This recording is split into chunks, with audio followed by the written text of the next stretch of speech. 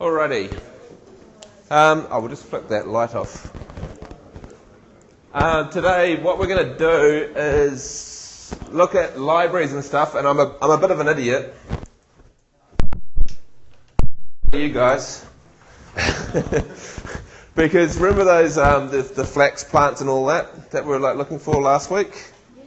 They're in a completely logical place. They're on Momus and Landscape, Land 6230 CAD Studio, ArchiCAD stuff. And in there is lots and lots and lots of extra libraries in the object libraries thing there, including all the flax plants and everything. So that's where they all came from last year as well. It's in here. So what we're going to do is we're going to we'll copy those over to your hard drive just because it will perform a little bit better. We don't necessarily have to, and then we're going to connect these libraries up to your ArchiCAD. So, in fact, let's just do it straight off the server because they're relatively small, so this shouldn't bring the network down. Yeah. All right. So we're going to ArchiCAD, right? So we want to add. Now we're going to talk a lot about libraries because you guys are going to make your own little libraries as well. When we talk about materials and making up your own textures. You're going to have photos that we're going to use, and they're going to be a library part as well. So you need to know how libraries work. We kind of saw it a little bit in the last assignment with that background image, and every now and then it wanted to know where that was. So if we had that image in our own little library, you just say where the library is. The library is just a folder. So in this case, what I'm going to do is go File, Libraries and Object, Library Manager. And this pops up, and you can actually see we've got a couple in here already. There's the CAD image library, the ArchiCAD library, and another library called Objective, which is a little plugin. Yeah, hopefully we have some time to talk about that at some stage, probably after this assignment. All right, so we're going to add a new library, and we're going to go and add Momus, Landscape, and 6230. We don't want to add the entire server for obvious reasons. ArchiCAD stuff, and then there's object libraries, okay, and there's a whole bunch of stuff in there. In fact, there might be double ups because I think Trees of the Pacific are exactly what's in the ArchiCAD Select one as well. Doesn't matter. And there's one that I think I played around with the Auckland Harbour Bridge. But anyway, so objects library, we're going to go choose. So we're just going to load this entire object library from the server. Cool, and so now you can see it says linked libraries. We've got the ArchiCAD one, object libraries, and objective. So that's cool. Go OK. And it will churn through a bit. So what it's doing now is it's actually looking into those folders, seeing what there is, making a note of it, so it knows where to get them from. All right. If you make any changes, so actually, I'll talk about that later, because we're going to make our own library as well, but we'll do that when we talk about materials. Sorry? Yeah, you'd have to copy that folder. Yeah. All right. We get a little loading report, and it says that there's some duplicate objects. There's 106 duplicate objects by the look of it, which means I think it's because that ArchiCAD Select library and the New Zealand Plant library, I think, has got some of the same objects in it. So duplicates aren't the end of the world, but you can imagine if they were different, if the tree, the flax bush had been updated, we'd have two versions of it, and it might not use the new one. That's all right. Okay. So now if I go to my object library, I should see on the left-hand side, ArchiCAD library. I can collapse that down. Object libraries. And we've got Trees of the South Pacific. Cool, so there's some trees in there. And there's also under ArchiCAD Select, lots and lots and lots of stuff, including New Zealand Plants, which has got the cabbage tree and the flax bush, which there is a problem with the... What is it? I don't know. It looks like the cabbage tree doesn't work anymore. Maybe that's why it's not included. Now, the flax bush works. Maybe there's a new version of it in that Trees of the South Pacific. Nope.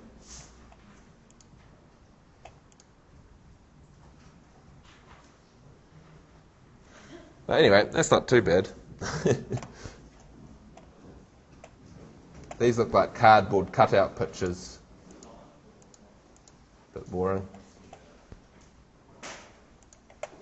Now, I'll also just talk very briefly about GDL objects. All of these objects are what they call GDL objects. I have no idea what that means. Geo something or other descriptive language, just as a guess. If you go onto the internet and you search for GDL objects,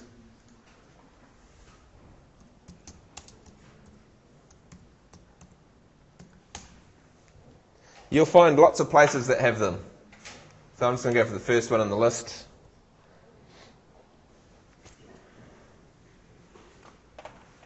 All right, and there's lots and lots and lots and lots and lots of stuff out there that you'll find. So if you're ever after some other things, you can just download them from the internet. And let's say we want to go to park stuff. That sounds interesting. Filter objects.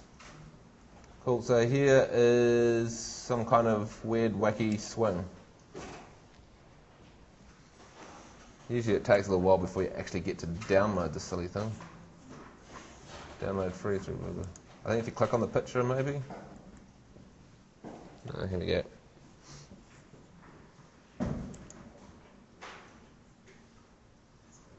Okay. Now, what we want to do is we're going to create our own library of objects. So, how do we do that, Zane? I'm just going to go to your documents folder. Ultimately, though, you'd have a folder. In fact, let's do it. New folder called Assignment 2. Cool. Open up that, and inside Assignment 2 is Assignment 2 library or My Library.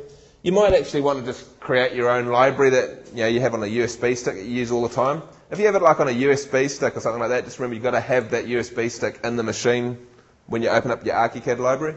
If you keep it with your project, that's kind of cool, but then you're going to have to maintain that library all the time. You could just copy it over, perhaps, get rid of a few things or add some new things. But I'm just going to call it My Library, all right? Library.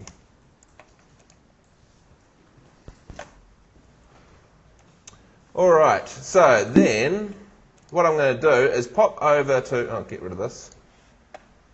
Pop over to here, go to the Library Manager, add MyLib. Now I'm going to do this kind of slightly wrong just to start off with, just so we get to see how you update these things. My Library, there's nothing actually in it though. Choose, okay. Now, it might take a little while. Well, that's when you go in here and just make sure that it's there. So you should see missing library parts, and so you can select it, and then you can connect it back up to something that is missing. We'll do that. Okay, I'm going to move that library, and we'll see what happens. All right, there we go. Actually, while I'm here, I'm just going to... You'll notice the only problem when you've got lots and lots of library things is it takes forever to load them, which is probably why it's a better idea moving those things off the server onto your local computer, because it'll be a lot faster. All right. Where are we? So if we go over to here, I downloaded, assuming it's in my downloads. There we go. Here's that Swing 1 GSM. Notice that GSM file is our GDL object. That's the object that we've downloaded. Graphisoft model or something? I don't know. I'm just guessing now. Notice that there's also a 3ds version, which is you can use like in programs like View or 3D Studio, because that's actually the file format that it is. But lots of other programs, including ArchiCAD, could import that 3ds file. But this is the one that we really want. You can actually see it's a much larger file as well, so it's probably got more information in it. So I'm going to stick that into my library. Right, so that's in there. However, if I go to ArchiCAD and I go to my library, for one, it's not even there. And the reason for that is that there were no objects in my library, and so it isn't showing it to me, because it would be pointless showing me a folder with nothing in it. So it's like, okay, well that kind of sucks, because I just put something in the library, so why isn't it showing up? Well, when you go and add the library, or if you update the library, which you were about to do, it goes through and it looks for all the things that are in there. And so if it didn't find anything in this case, or if you've added new things to it, it's not going to find those until I update or reload those libraries. So all I do, so whenever I change a library part, well actually no, not even change actually, because it will monitor it. Whenever I add or remove, I suppose, things from the library, what I really need to go and do is back into this library manager, and if you just hit refresh status of, reload libraries and all, and apply the changes, it just forces it to reload it. It's kind of a pain actually, because the OK button used to just change to reload if you just opened up this window. So there's no other way, no quicker way to do it. No, which kind of, but anything that you put in there, so like we're going to do some image materials, anything that's been loaded, if you edit them, they update automatically. And so we'll see that later on. So we're going to take some photos in, and then you can like Photoshop the photo, hit save, jump into ArchiCAD, hit render, and you'll see the updates immediately. Okay, so once that's done, and close that, and now we should see in here my library, and there's the swing. See, now notice here it's got all sorts of little settings in it. Okay, if we load it in the 3ds file, okay, or any other type of object, it wouldn't have these. It would just be an object, like as if it was made out of clay, and that's it. All you can do is usually make them the proportions different. You can make it bigger or smaller. Whereas in here we've got lots of programmed aspects to this object. So they're what they call intelligent. I don't think they're really intelligent. They're just parametric objects, really, is the correct term. So parametric meaning that they have parameters. And so in here you can see there's all sorts of things. You know, I have no idea what these things mean. Cool. But what I can do is I can place it into my scene, and it should look like that. Oh, I don't have my keyboard shortcuts anymore. Work environment, work environment, work environment. Oh, that's right, I did that on that other login, didn't I? What a bummer. Anyway, doesn't matter. So there it is.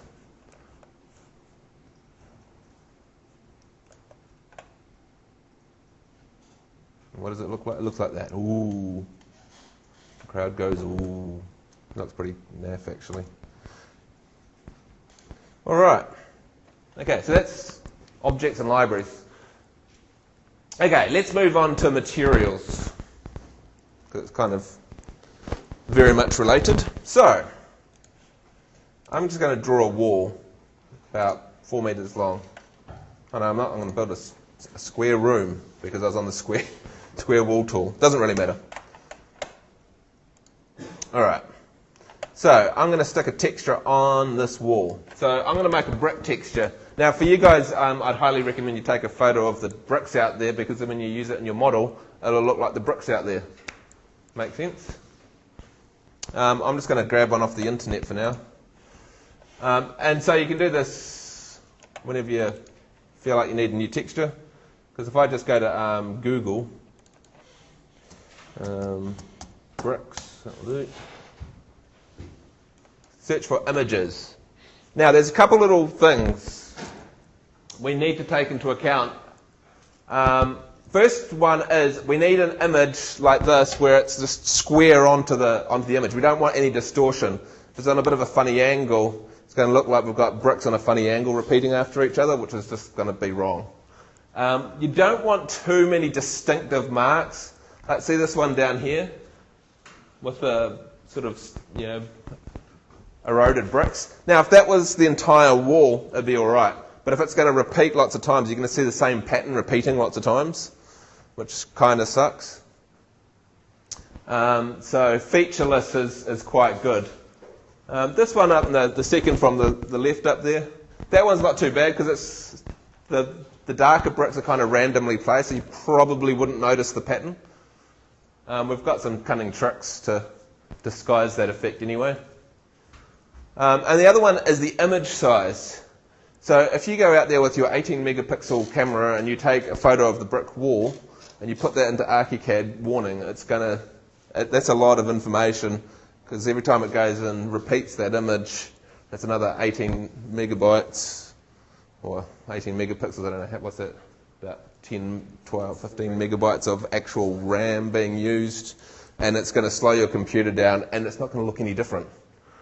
You're just giving the computer more work. The only thing you need to know about textures is that if you go and do a render, like most of you guys have been doing renders around this sort of 2,000 or 3,000 pixels wide sort of region.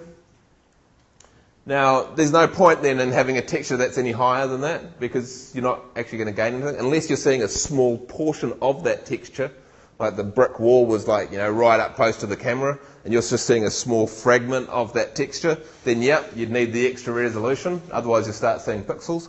But if it's on a wall in the background, that entire texture is only going to be occupying maybe 300 or 400 pixels wide for each one. So there's no point in going much higher than that. So I'd probably go aim it around the 2,000 or 3,000 pixels wide. So that means if you take it on your camera, you're going to need to resample it in Photoshop. So you'll have to drop the resolution of it down. So I think it's image size. Then you can just put in the pixel size. Most of my textures are usually around 1024 to 2048. The reason we use those numbers is that computers like those kind of numbers. It's kind of like a big chunk of memory. But there'd be no reason to go any more than 3,000 or 4,000. Unless it was occupying the entire screen, there's no point. So, how do we use Google Image Search to help us achieve this? Well, I think it's Search Tools, is it? Yeah, here we go, size. And if we go large, I actually can go larger than, so let's say larger than 1024 by 768, that would be good. Excellent. And see, when you hover over it, actually says, see that one there's 2,500 by 1920. Although it looks like it's a little bit distorted. See, these ones kind of line up nicely, and then down here it's not really lining up very good. This one looks really good. See, it's all kind of nice and square. Let's take that one. I'm hoping that it actually looks better than that. Go view original image. Yeah, it looks pretty mean. Awesome. Okay, I'm going to take this one. See, that's pretty good. Even if I zoomed right in on it, it'd be pretty good. I'm just going to, now, what I have to do, easiest way to do it, here's my library here. So I'm just going to pop it down in the corner. If I just grab this image, I can just drag it straight out of here and straight into here. In fact, I'm just going to create a new folder called Images, let's see. I like to keep it organized, otherwise it gets a bit funny. Also, you can name this. Just a little bit of a warning with the names. If you called it something like grass, there's a bloody good chance that there's already a grass in ArchiCAD and it's going to get confused over which grass it's meant to be using. So these names need to be unique. Also, if you're going to be doing some editing to the images, so like doing some Photoshop to it, keep the Photoshop document separate from the library. So and keep the Photoshop document live and well, with all its different layers and all that sort of carry on. Just save that somewhere else. So you get it all right. It's excellent. I'm loving how this texture looks. And then save. Typically a TIFF would be the better option just because it's uncompressed. So you've got good quality and everything. You have it a bit smaller. No layers. We don't want to be giving ArchiCAD a layered TIFF. It makes no sense. And you don't want the same, so see it's got like JPEG and TIFF. ArchiCAD's got this really cool thing where it doesn't care what the file extension is. So if you put it in there as a JPEG and then later on you went, oh, that's a bit stupid, why did I do that? I want to put a TIFF version in there. You put the TIFF version in and delete the JPEG version. ArchiCAD just goes, oh, whatever, it's grass.tiff. I'm after the grass image. It kind of just ignores the file extension altogether, which is great because it means you can change the file format and it doesn't break any links inside ArchiCAD. However, just be warned that if you've got, grass23.jpg and grass23.tiff, and they are actually different, ArchiCAD's going to get a bit confused and give you a duplicate error, and I don't know which one it will show. All right. Actually, I'm also going to grab one that we need to fix up. So let's just grab one that's a bit skewer for something. Yeah, like this one here. Okay, and we'll fix this one up. See, I've still got that window down there, so I can actually just make sure you don't drag them from the Google search thing because they're shrunken down. You can see there. View original image. Oh, great. That's one of these stupid go away. No, some of these things will try and sell you a background image. Come on, where's something else? Well, that one's a bit too hard to fix. It's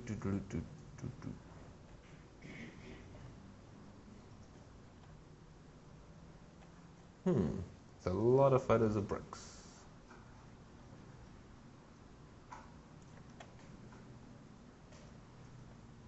Could try and do that one.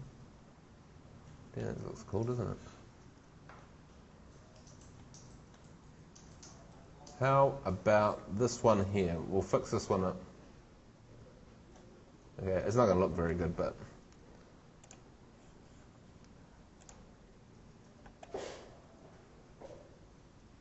it's definitely got some problems, which is great. All right, so that's the one that we need to fix up. Okay, that's kind of weird. Oh, what is happening in my window?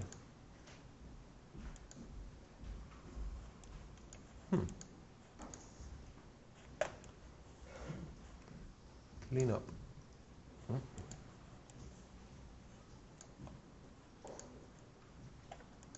Okay, something strange is happening. Somehow I can't see. Documents. Assignment 2. Library. What happened to that other image I just copied down there? Like crikey. Alright. So, that one there I should be able to use immediately, so let's go for it. So again, all I have to do is update my library so that it knows about the new images that are in there. So I recommend that you go through and you just spend a bit of time creating a whole bunch of images and then go through and then load them all up. Just do them in a big chunk. Alright, so we're just going to go reload libraries and apply all the changes. Okay. Churn.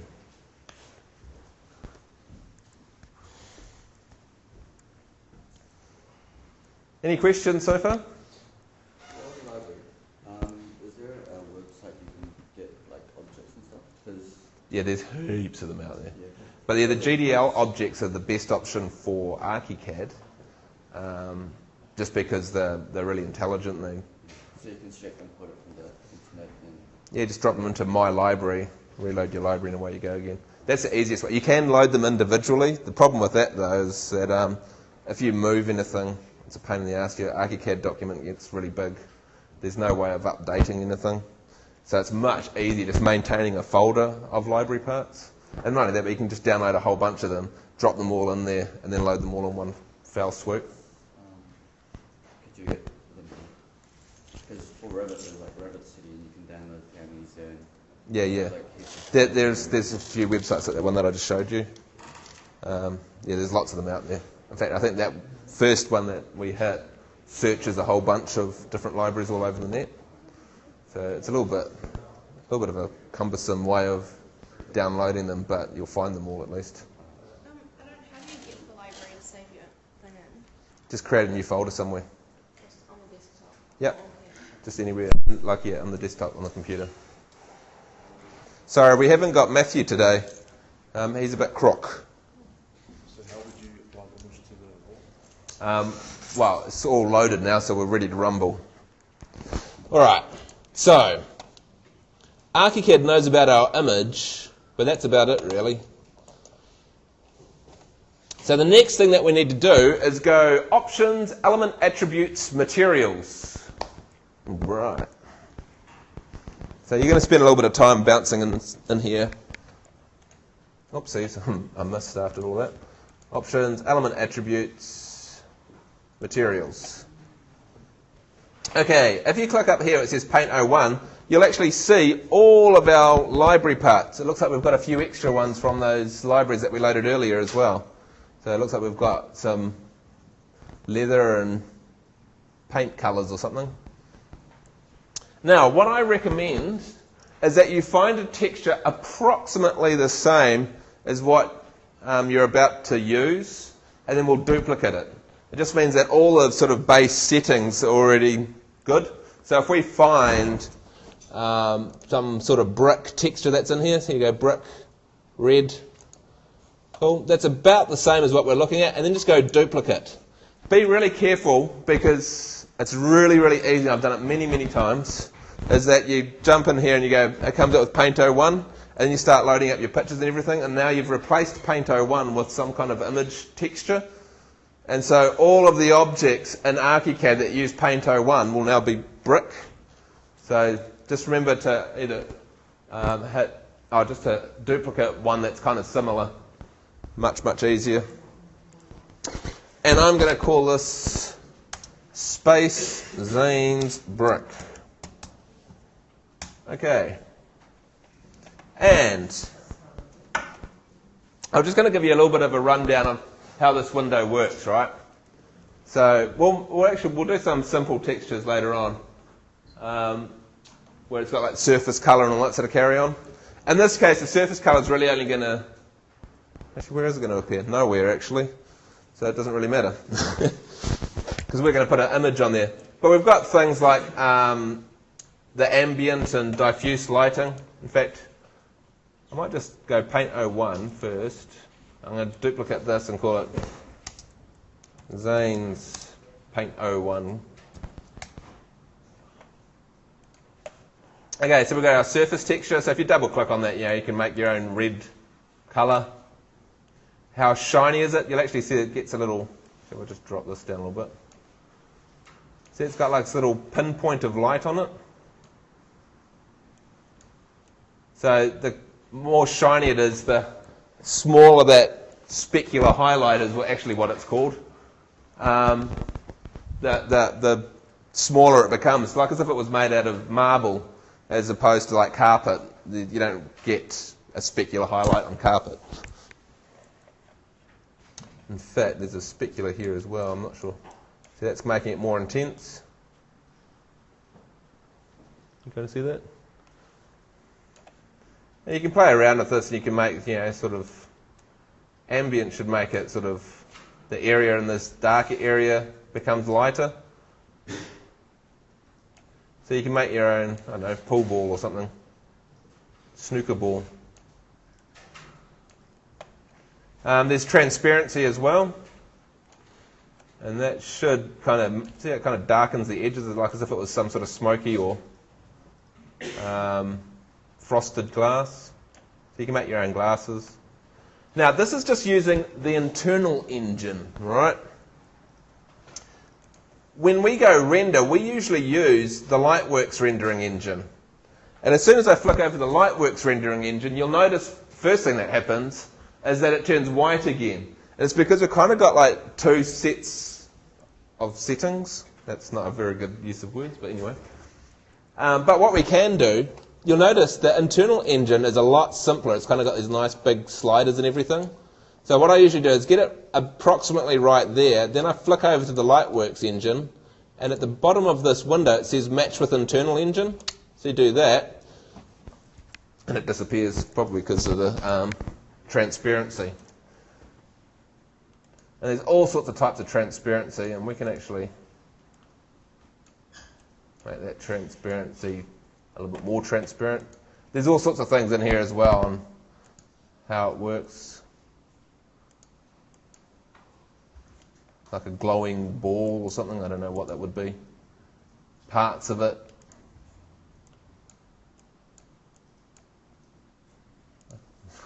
Kind of crazy, eh? There's all sorts of settings in here that you can change. You can make any texture you can pretty much imagine. The Lightworks one's pretty cool. So did you match with internal engine or not?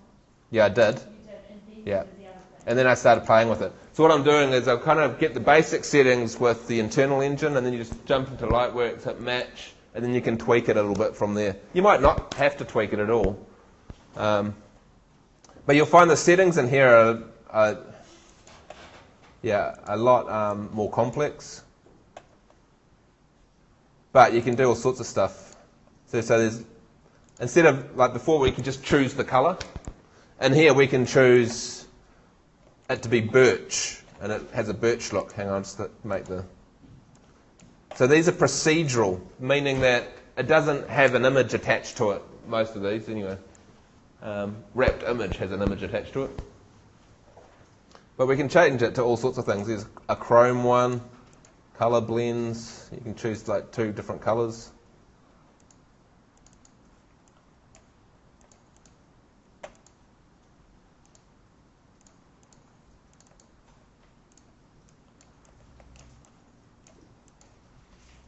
See?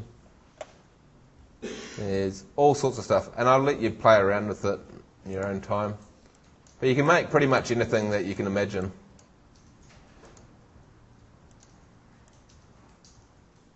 Sometimes you actually have to type these numbers in because the sliders are too coarse. Yeah.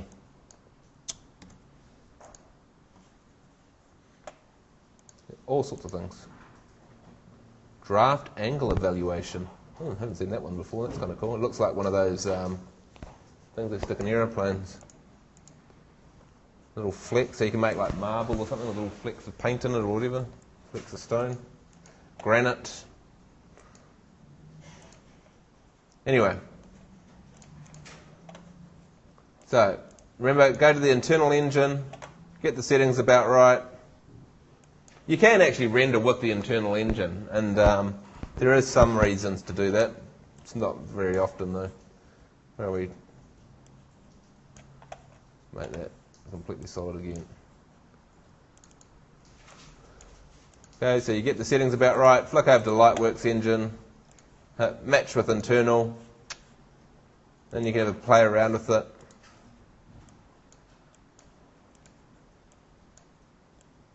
Yeah, etc., etc. Oh, you can even make the surface rough. Jeez, that's... all sorts of things. Oh, yeah, rough. Ooh. Oh, you don't want to go minus, don't. There we go. Detail, sharpness. That's looking kind of cool. So you can take green and add all this texture to make it look like glass. Yeah. Yeah, or if you're trying to make like a bench top or something, or concrete, you know, and you're not that happy with the concrete that's in there, or you can use like an image one, and we're going to do that in a second. So we're going to load in our brick image, and then we'll play around with it. All right. So anyway, there's Zane's Paint 01. So in the 3D window, it'll look pretty much like that, and in the Lightworks, when I render it, it'll look like that. In fact, let's go for it. We'll attach that to this wall. I might just throw a slab down just so I get some shadows and stuff in there. Maybe we'll... No, that'll do. Alright, so if I select this wall now, I can make that Zane's Paint 01. Because I put a space at the beginning, it ends up at the top of the list. Cunning trick, yes. So it doesn't look much different in there, slightly different colour. But when I go and photo render it, I should end up with, you might have to play with the scale a little bit. Let's see, I've kind of got this kind of rough looking thing. The cool thing with this as well, because it's procedural, okay, so it's actually like an algorithm, if you like, rather than pixel-based like a photo. It means it doesn't matter how close you get to it, you'll never see a pixel. So it's actually quite cool making the textures up using those procedures. Vue does this as well. Vue uses procedural textures a lot. So whenever you guys jump into that, it should probably be FilmCAD. You can see how cool procedural textures are because you never see a pixel and they always work no matter what your distance is from them. It's pretty cool. Actually, that's a pretty cool texture. I quite like that one. Alright, it's probably fractal based by the look of it. Okay, let's do our image texture because we had our brick, remember? I might just roll this around a bit. Okay, so options, element attributes, materials.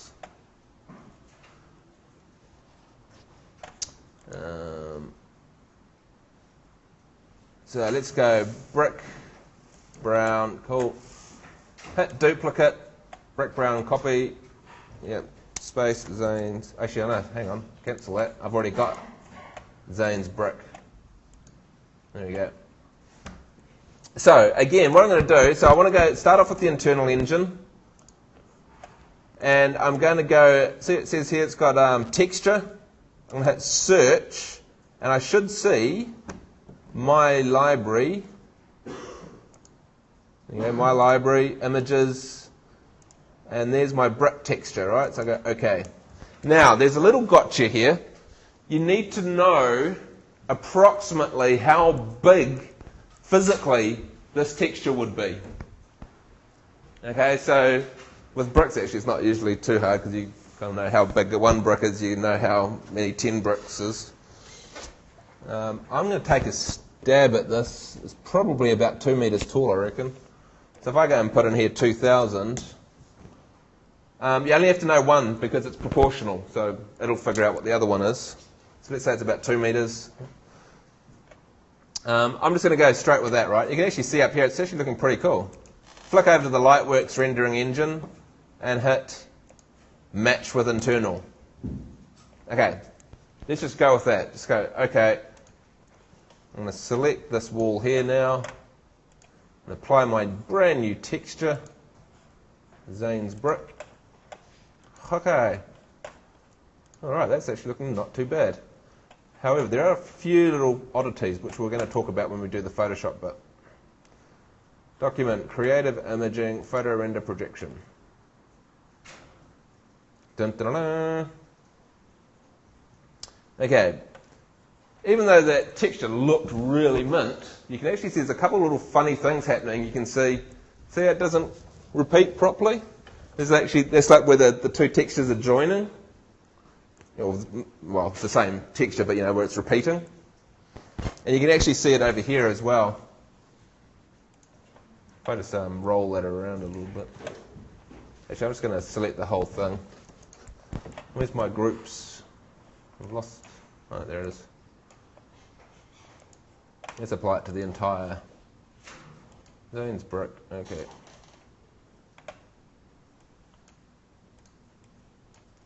Come on, don't be like that. Well, sometimes it wants you to. Oh, there we go. Zane's brick. Alright. So you can see it a little bit clearer. It's a little bit dark on that screen, isn't it? Alright. So we can see this repeating. Now we've got a few options actually. First thing is, how tall is this wall? Okay, it's 2,450. It's going to join somewhere, so I haven't really got it. Yeah, if the wall was 2 meters high, wouldn't be so much of an issue. In fact, let's do that. Let's say it was 2 meters high, just so I can show you a technique. There's my 2 meter high wall. Oh, it does actually line up perfectly. Damn. I was hoping it wouldn't. But anyway, no, I'll show you that later. Okay, so we're going to make a few edits to this in Photoshop. What we need to do is we need this edge and this edge to match. Actually, I'll show you one trick. One trick is a little cheat. If we go to the materials, right, and we go and edit this Zane's brick, turn. Cool, just flick back over to the internal engine. See down here, it's got like all these little boxes. What that means is it's kind of like how it's going to repeat those textures. So at the moment, it's just placing the image one after the other continuously. The next option, though, it places the image, and then the next time it does it, it flips it. So that means that this edge is actually identical to that edge on that side. So that's one way of doing it. Sometimes this works, sometimes it just looks even worse. Okay, the next option down here does the same thing, but it's just placing it like one after the other, but in the vertical it's flipping it. Okay, and the last option, it flips it every time. So the same edges are always touching each other. Now, if it was like something like bricks, this might work doing that, where it's always mirroring it every time. But if it was weatherboards, it wouldn't. It'd work fine going that way, but the next row of images, the weatherboards would be upside down. And so that's not going to work. Okay, so it does depend on what you've got. If it was something like grass, maybe flipping it every time looks fine. Anything that has like a shadow line or, some sort of, if it's vertical or horizontal, you've just got to be a little bit careful how it looks. So we're going to go extreme. We're going to flip it every time. This sample here is actually just this image. So it's just so you can see what it would look like. And see, we're kind of getting this weird pattern happening. So you can kind of see the differences. See, so this is actually, this one here might work in our case. So if we go OK, we've got to flick over to the Lightworks engine. Match with internal, hit OK. Now, see, it's actually really difficult to spot where the texture repeats. Probably the only giveaway, here it is, look, is that you can see that some bricks are longer than they should be. Yeah. So, but would you notice that? Probably not. Only if you're looking for it, you might not notice it. So that might be good enough. Just go with that. Sweet. However, what happens, let's go, we're going to create a new material, right? So let's go materials. I'm just going to base it on Zane's brick. So I'm just going to go duplicate. And call it Zane's brick 2.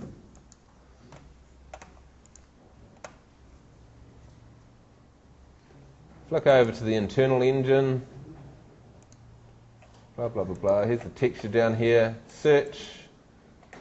Now I'm going to use my image that I got that isn't ideal. Okay, so that's this one here. Now you can see, this is going to look terrible. No matter what I do, it's going to look shocking. One thing as well, this brick isn't 2 meters high. It's probably about half a meter high, if that. Alright, so there's Zane's brick 2.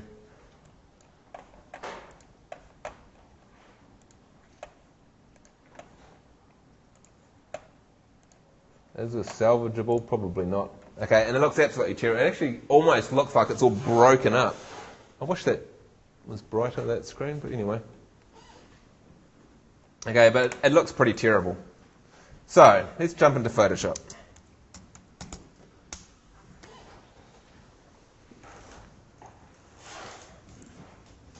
That screen got darker?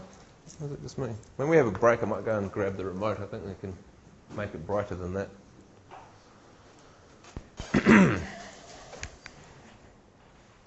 Okay, file, open. And document assignment 2, my library, images, open. Okay, I'm going to try and do this actually a little bit non-destructive as well. this image actually has quite a bit of vignetting happening. I can actually see that the colours in the middle are brighter than the colours on the outside. Now, if I did my levels, okay, I can fix this up, but I've still got these darker colours out here. So I'm going to do this in a non-destructive way. So this is going to be, you're going to get a couple of Photoshop tips and tricks here, purely incidental, but oh well. What I'm going to do is I'm going to create one of these layer, what do they call them? I can't remember what they call them now. What do they call them? Layer effects, anyway, something like that. Adjustment layer, that's it. So this is my adjustment layer. Now you'll notice this is exactly the same as the levels and everything. I can adjust it. But the cool thing is I can do things like, if I grab a gradient, I want a circular gradient, and I'm going to do that. I might need to invert that. There we go. So what I'm doing is I'm affecting the colours on the outside more than I'm affecting the colours on the inside, which means I can actually get rid of my vignette effect. See, see how it's not adjusting the colours in the middle, but it is adjusting the colours on the outside. So I've actually just balanced up all the colour on my image straight away and removed the vignette. So that usually comes with a cheap lens. Yeah. Yeah, so you can actually see, here's the adjustment, and this is the mask it's created. So when I'm painting in there, I'm just painting in on the mask. So white's fully applied, black it's not applied at all.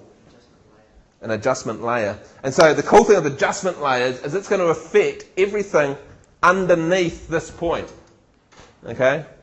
So an adjustment layer, and you can adjust it whenever you like. So when you've finished your project, you actually don't really like the levels I did to my original image, you can go back and adjust it. Anything that's underneath the adjustment layer gets adjusted. So very powerful. All right. I also have a few problems here. I'm just going to turn my rulers on, because that means I can just grab guides from in here. Yeah, I didn't mean to do that.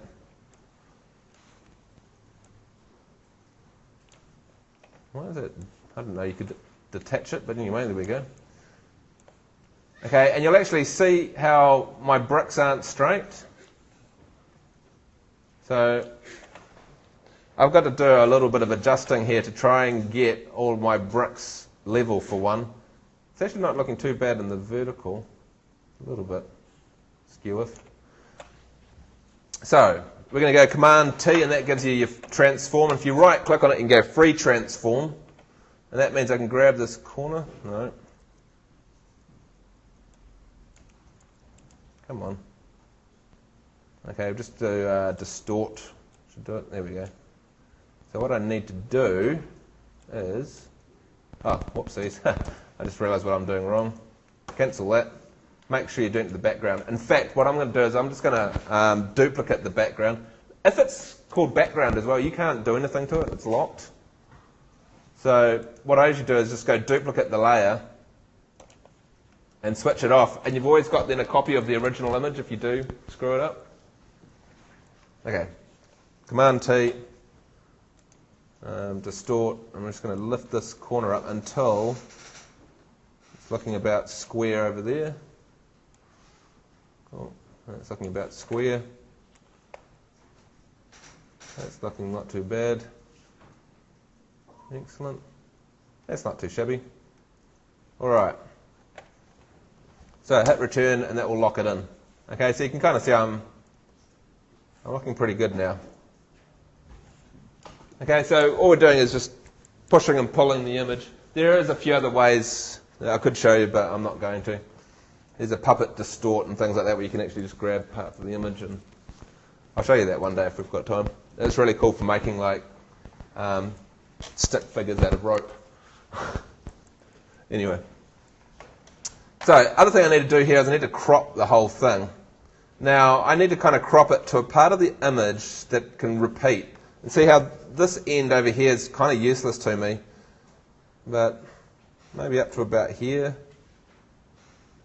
It's probably usable. So, I'll go a little bit. I use guides all the time. I love them though. They're very handy. Although I'm not sure how you get rid of them. Oh, there we go.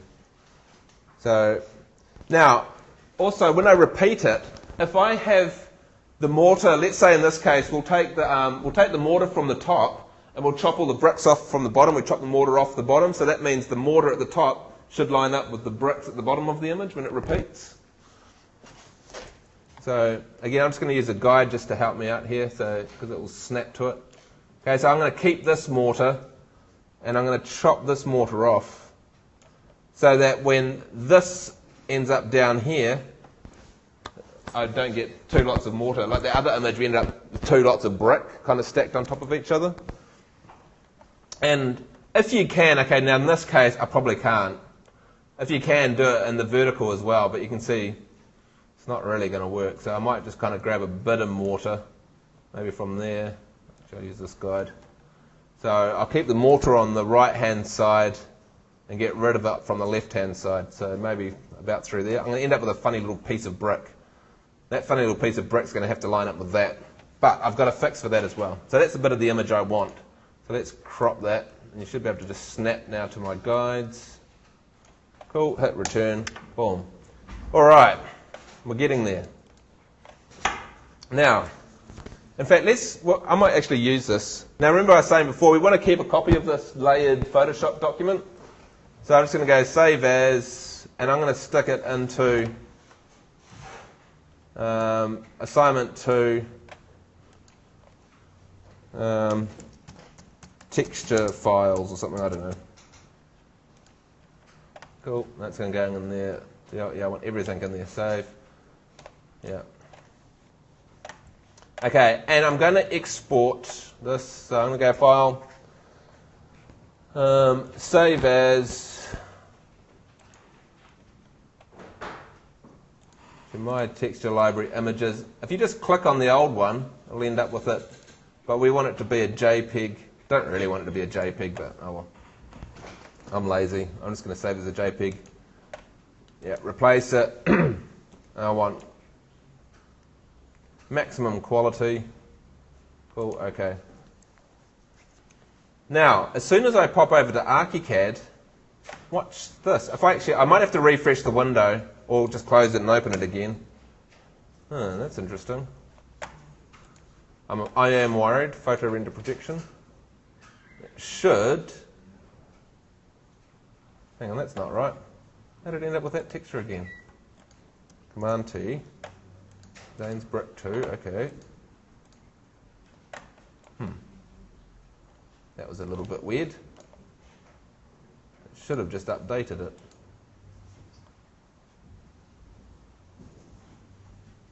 Yeah, look, there it is.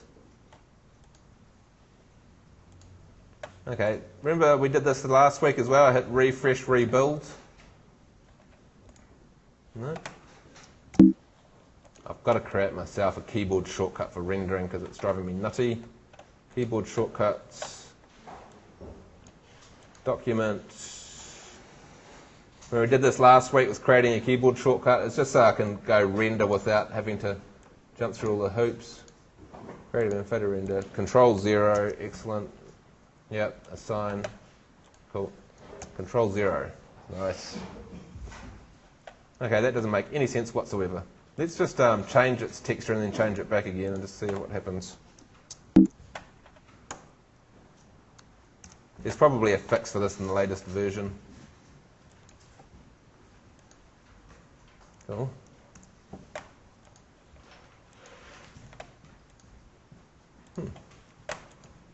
Options, elements, materials. And looks fine. Click over to Lightworks. I didn't actually hit match with internal engine. I'm not sure why it's not showing up in there, but it doesn't matter. When I hit render, cool. We're better, but it's still not ideal. See how we're actually, like in the vertical, it looks awesome. You can barely see the repeat. Even though the bricks are really different from each other, and which I was saying before, you should really avoid. You kind of want them to look a little bit more uniform. But, and the vertical, it's looking awesome. But, see, we're still getting this horizontal line. So, Zane's cunning trick.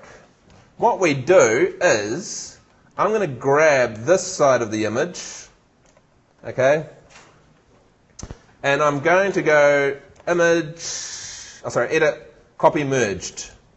Okay, that means it copies everything, including the adjustment layers and everything, the way that it looks on screen. Okay, it'll copy even like there's multiple layers. And I'm going to go Command V and go paste. I'm also going to stick that above the adjustment layer because otherwise the adjustment layer starts to affect it. We'll put that over there. I'm just going to go select, reselect, select inverse. Okay, so now I've got, switch that off, the other half of it selected. Edit, copy merged, Command V, paste. Cool, and there's the other half of it. And I'm going to slide that over to this side. Now, what I'm left with is actually the edge that we were seeing before, where they joined. So I've got the left edge. So that left edge that was there is now in the middle, and that edge there that was over there is now over here. So this is actually how they meet in ArchiCAD. Yeah, so that's the edge that I'm seeing in ArchiCAD. So that's the right-hand edge, and that's the left-hand edge. All I've done is, so yeah, this here will meet perfectly with that edge there at the moment because they were attached. I just slipped them apart from each other. Does that make sense? See, so if I put these back, that was there. Ugh, I got that stupid... Oh, I've switched that off, that's why. See, so that was there. So all I'm doing is I'm grabbing that, putting that over here. Can't actually see what I'm doing. Put that there.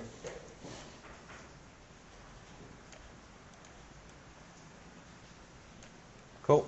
So that edge there is that edge there. That edge there is that edge.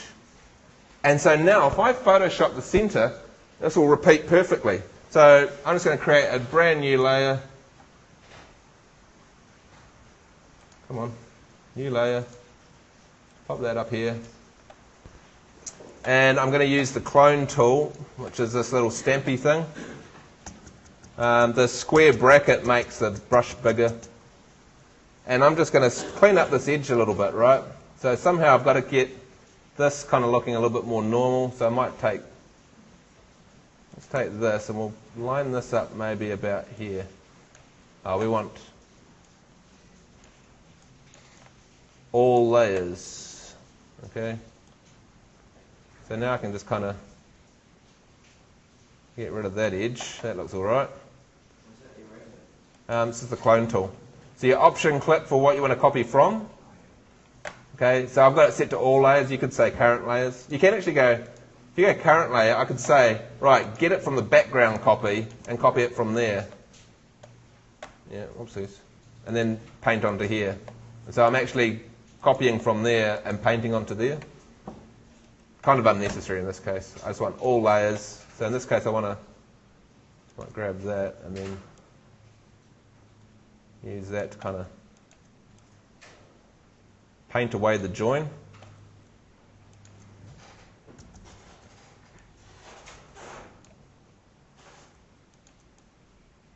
That's not looking very good.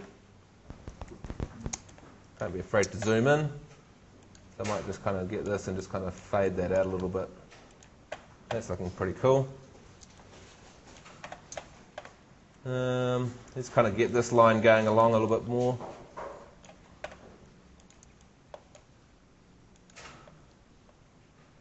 Okay, I don't know, there's some kind of strange thing happening here, isn't there? Oops.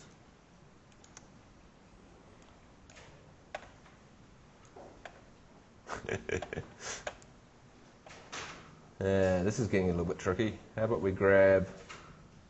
So you can grab pretty much any corner you like, right? So what I need is a brick corner. Yeah, maybe this one here. This edge here is looking pretty cool.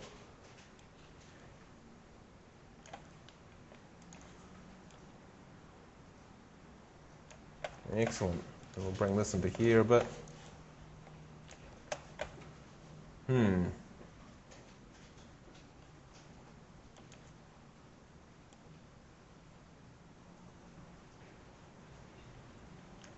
Get rid of that corner a bit. There we go.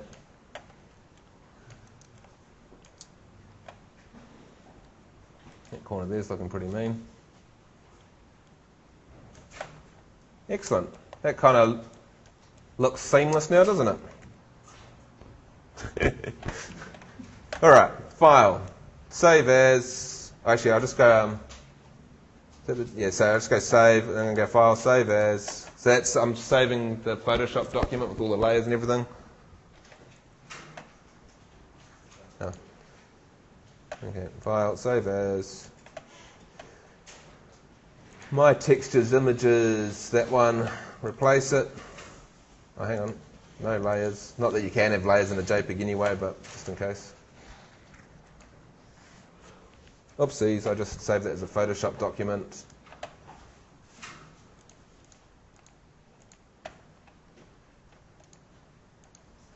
JPEG. Yeah, replace. Okay. I just want to quickly just go and check that I didn't end up putting a... That was kind of weird, but it doesn't matter. Alright, so... Again, perhaps a reboot... Oh, that's the rendered version anyway. I'm not sure why it's not showing up in there. It should do. Doesn't matter. Control 0. Ka-ching! Look at that. So that was a really dodgy image. About as bad as it would get to. I would go out and take another photo. But you can see we've lost all of the joins between all the bricks, both horizontally and vertically. Okay, you can see there, because that image there was quite some distinctive patterns, and your eye kind of captures it, so you can see that this brick here and that brick over there and that brick there, you can see the pattern repeating. So going for a few more bricks is quite good, and just trying to avoid any really distinctive looking bricks or stains and things like that. Like there's a big stain going over the brick, you'll see the same stain repeating over and over and over. But yeah, not too shabby. All right. Do we want to go any further with that? Yeah, okay. One little thing I wanted to talk about briefly is we have a slight problem in that, see how the wall actually looks flat, and in fact if I put something over the top of it,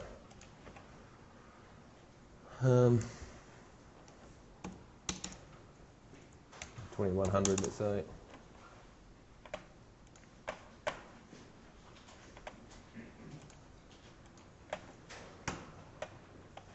hey, that was a bit weird. Oh, how did I get down there? Oh, that's the thickness. 100. 2100. That's what we want. Okay, so I might just move my sun a little bit. Oh no, let's discuss that. The shadow falls over it and it's completely square. It's like as if there's no surface displacement. It's like as if it's a flat wall with a picture of bricks on it, which is actually what it is. So it might become a little bit more prominent as well if the light was at a different angle. So what I want to do is I'm going to use a thing called a bump map. And what a bump map is it basically just dictates where the bumps are. So in my case, pretty much anything that isn't an orangey texture is my mortar, right? In fact, let's just go, I might just go with the dark colours. I think all the darker colours are kind of like sunken into my image. So if I went, select colour range, select colour range, let's say we kind of went for these darker colours, right? See how like the black is kind of like the mortar, which is actually working quite well for me. If I go OK, how am I going to, actually I suppose if I just go image, where is it? No, I want to fill it with a particular colour. Here we go. Edit fill with white. No, sorry, black, isn't it? Because I selected the black areas. Cool, and then go select, oopsies, hang on, undo that, new layer. Edit, fill, black, okay. Select inverse.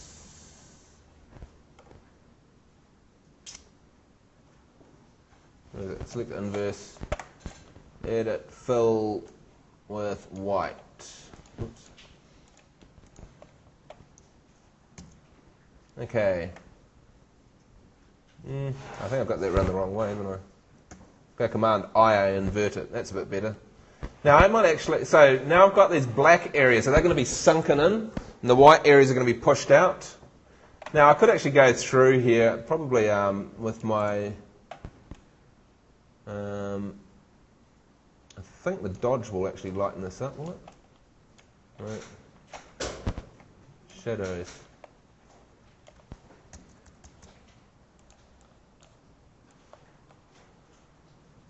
Kind of, but not really. That's alright. Let's just go Command L and we'll just adjust the levels here because I want to brighten this up a little bit and get a little bit more contrast. That's a bit better. So all the white areas are going to be pulled out and all the dark areas are going to be pushed into the wall, right? That's looking not too bad. Might just actually paint black lines onto some of it.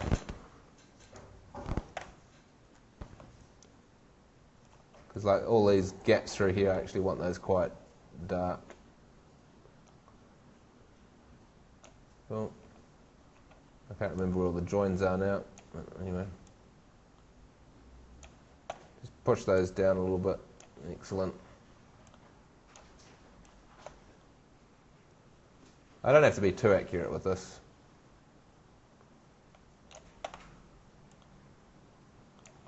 Cool, that'll do.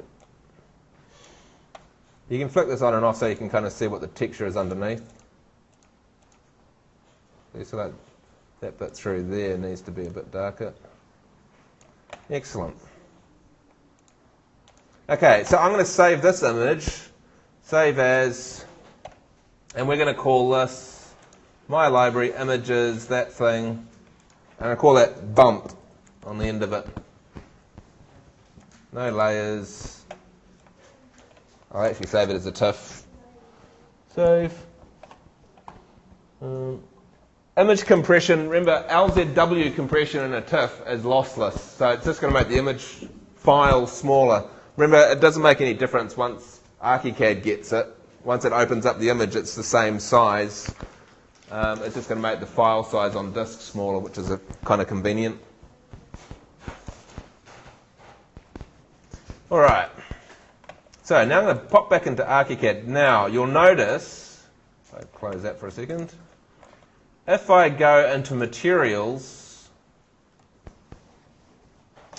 in here, where are we? Lightworks, in the internal engine, I believe it doesn't have the option to choose a separate image, which kind of sucks.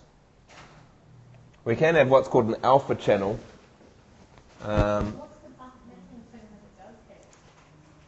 Well, yeah, what we can do is create an alpha channel. I don't really want to go there, to be honest. We can create, because we've got red, green, blue, I can create a new channel and then save that as a TIFF and load it in, and then I can fit. But I'm not gaining anything. It will take the alpha channel, so an extra channel that we put in there, and it'll use that for the bump map. But the only problem with that, though, is you can only have one alpha channel in the document. So if you wanted bumps and transparency, so we can actually make like a picture of a window and make the glass transparent. But yeah, it's going to make more sense in a second. Hang on.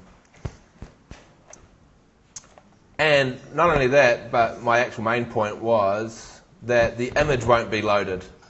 So when you go into, come on. When you go into search for our image, it is missing because we haven't reloaded our libraries. Unless I've changed things, but see the bump one isn't there. So, File, Libraries and Objects, Library Manager, My library, hit that reload library, okay. And tune. So any image that you edit isn't a big deal because when it goes to render, it reads the original file again. Any time you add a new image, though, you have to reload the libraries. It is kind of annoying. Maybe one day they'll change that.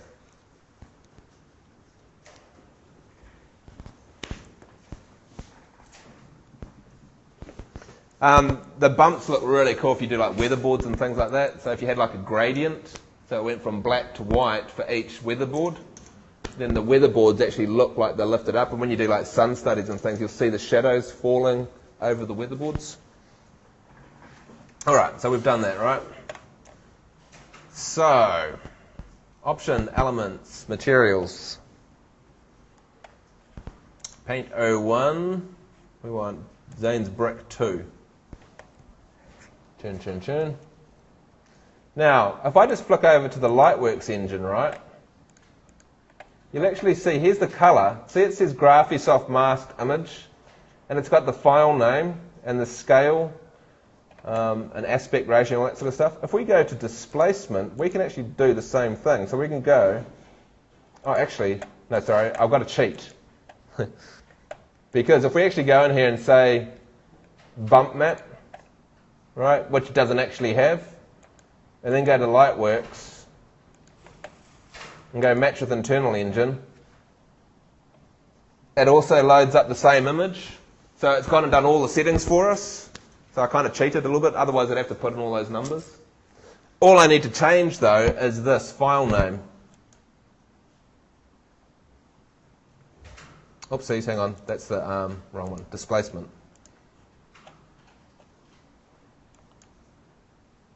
See, it's good. It hasn't got an alpha channel, so it actually says no. My images. I can't actually see the corner of. Here's the bump. Cool. All right. So now we should have a bump on it. What's that amplitude set to 0.1? If we just bring that up a bit. If I go overboard, you should see it kind of really getting lumpy. I don't want to go overboard though. I probably want this about 0.4 or something like that, 0.5. All right, go Control 0, and we should see a bumpy surface. Dun, dun, dun, dun. So it's not really showing up on that. It's because of the shadows falling dead straight. But if we change, but you can see like over here, see it actually looks rough compared to what it looked like before. Do I actually have the other one?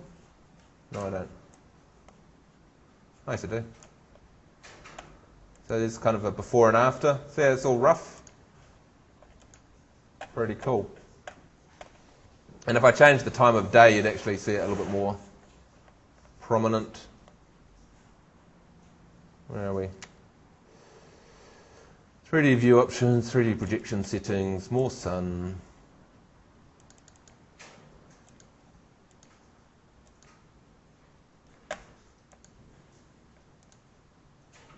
Oops. That's a little bit too prominent.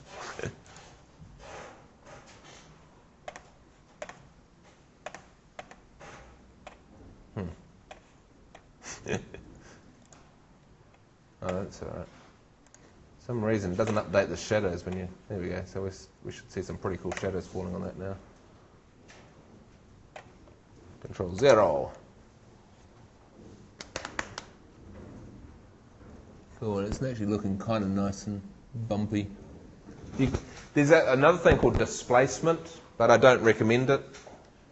Like, it does an actual displacement. I don't know if ArchiCAD can do it, actually, now that I've said it. So at the moment, what it does is it gives the effect of bumps. So if we did an animation, like our sun study, which we're going to do, and you'd see the sun moving, you'd see all the shadows on the bricks all moving as well.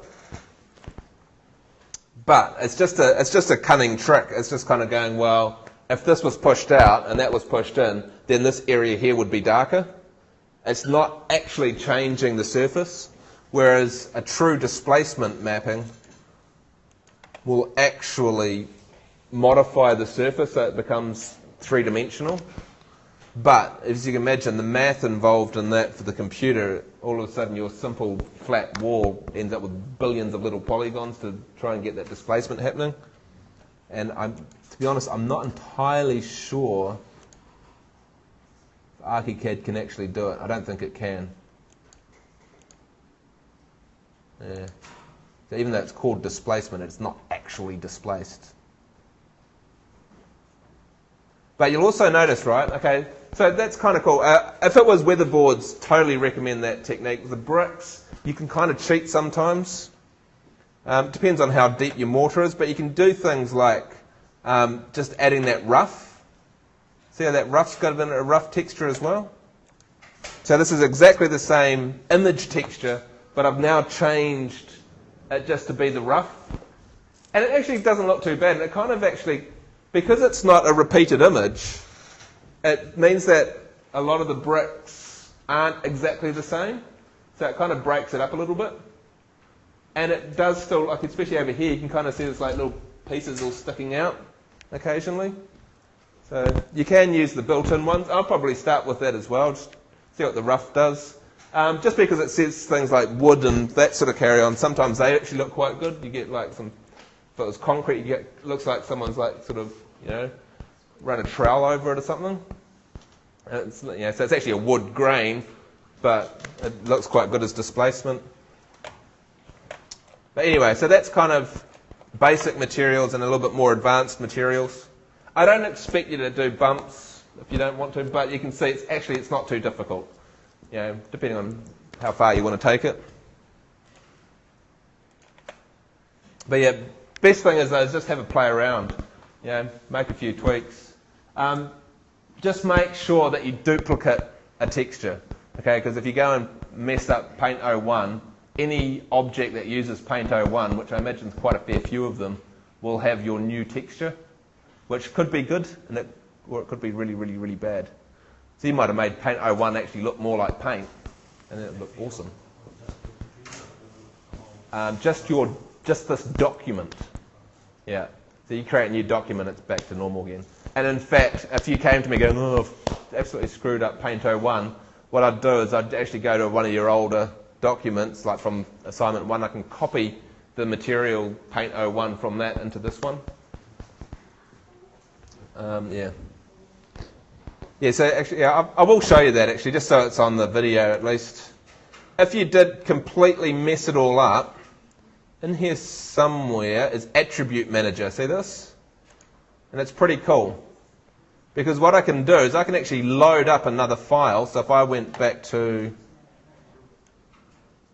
here you go, that sports field from earlier. You can see here's all the materials. For some reason it's gone straight to materials. Probably just set up because this is what usually people want to do.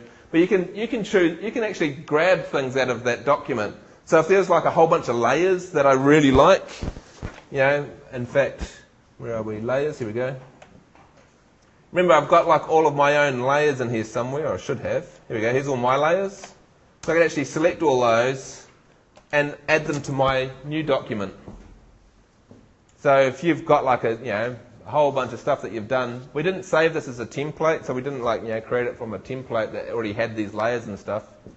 I can just go to another document and steal the layers from that. It's not going to steal the contents of those layers, just the fact that these layers exist.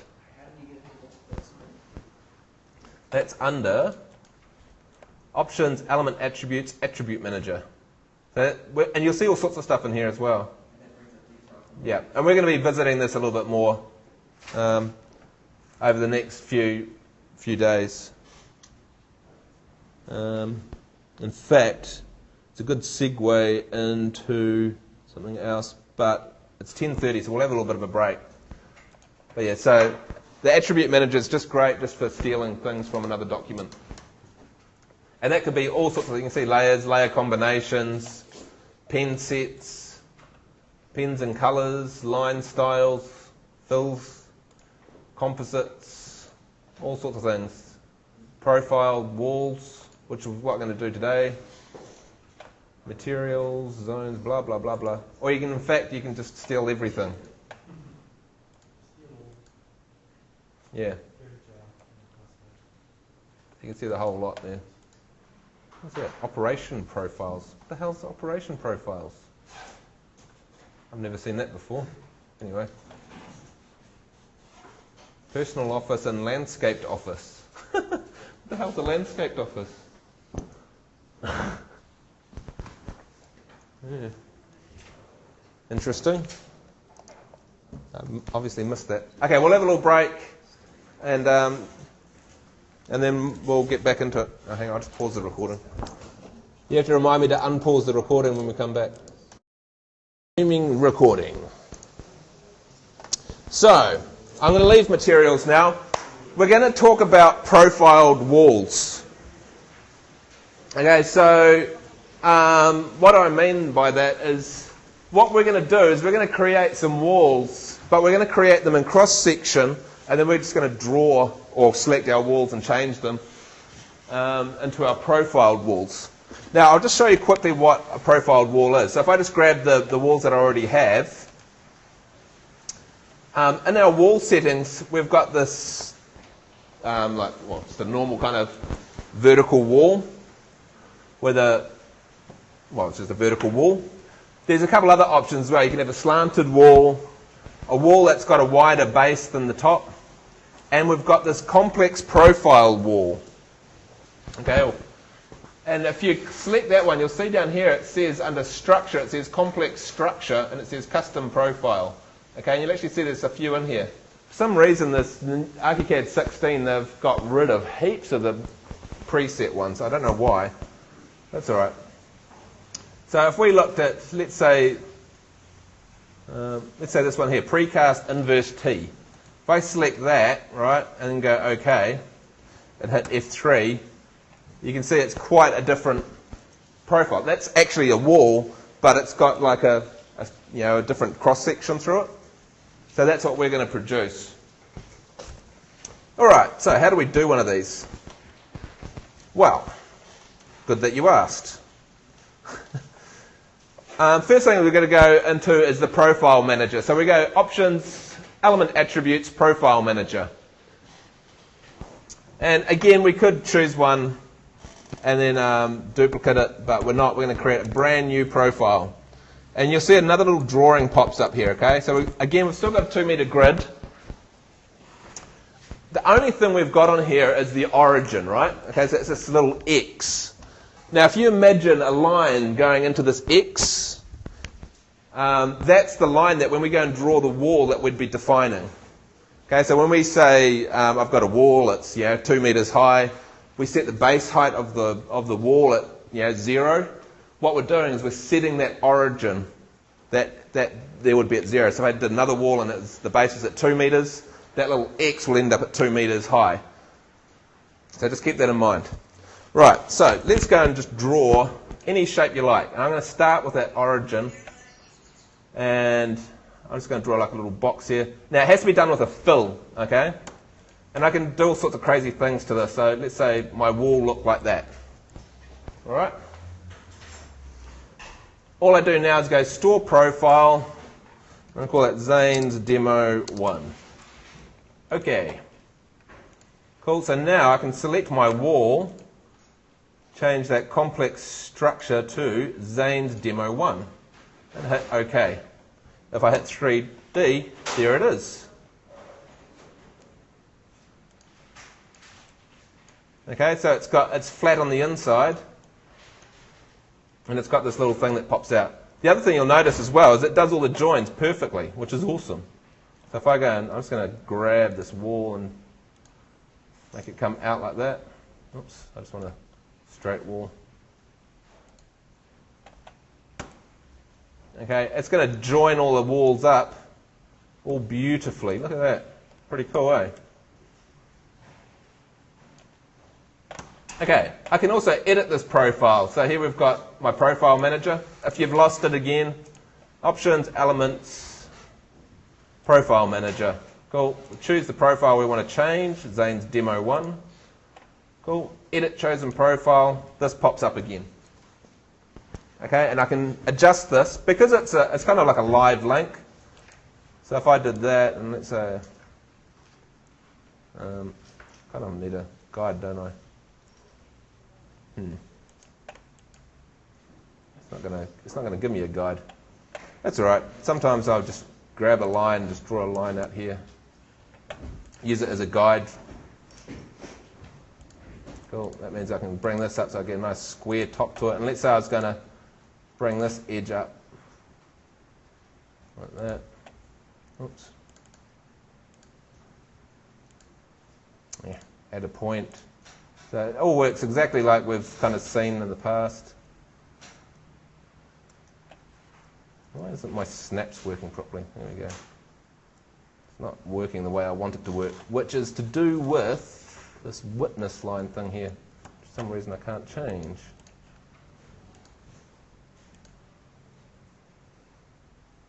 It's being a pain in the bottom. Fine. Give me another guide here. Excellent. I'm making this more complicated than it really needs to be. Oops. Holding the shift key, there we go. Alright. I might just move this up a little bit. Cool, that's my new wall. I go store profile. As soon as I pop back into here, it redoes it, and there we go. So now I've got an edge on the top. Lovely. You'll actually notice it's applying my texture to the end of the wall. Okay, what else can we do with this? Let's go into this edit chosen profile. What's pretty cool with this is I can actually change the textures of anything as well. So let's say I want this edge here. I'm just going to delete these 2D lines that I've done. I can select this edge here. See, it's got this little, looks like a U, or like a C, I suppose I should say. I can change the texture for that one piece. So I'm going to change that to Zane's Brick 2.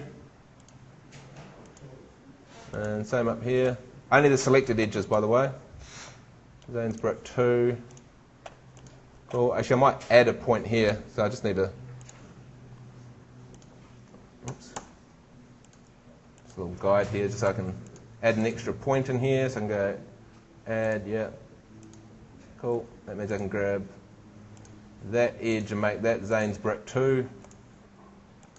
All right. Store profile. Don't forget to hit that store profile, otherwise you won't see the changes. Cool. So now I've got like, it looks like a layer of brick on top of my brick wall. Is profile always in vertical cut through? Yeah. Well, no, actually. That's a good question. Because you'll actually notice, if I go edit chosen profile, see it's actually got here wall, beam, and column. So I could actually make one with the column as well, which is pretty cool actually, because if I go new, right, let's go and do a new one. I'm going to create, actually I'm going to start off with a circle here. Watch this. Okay, so here's my circle, and then I'm going to do another little circle. Like that, right? I might just actually offset this a little bit. Cool, and then I'm going to go Command U and do a rotate, distribute, and I want, how many copies do I want? Actually, no, I'm going to do a spread. I'm going to do every, 30 degrees will be fine. No, every 15 degrees around this point. Cool. Grab my fill.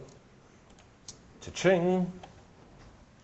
And this isn't a wall profile, this is a column profile. So I can actually say this only works for columns. Okay, so if I went into a wall, I couldn't choose this profile, it wouldn't be available.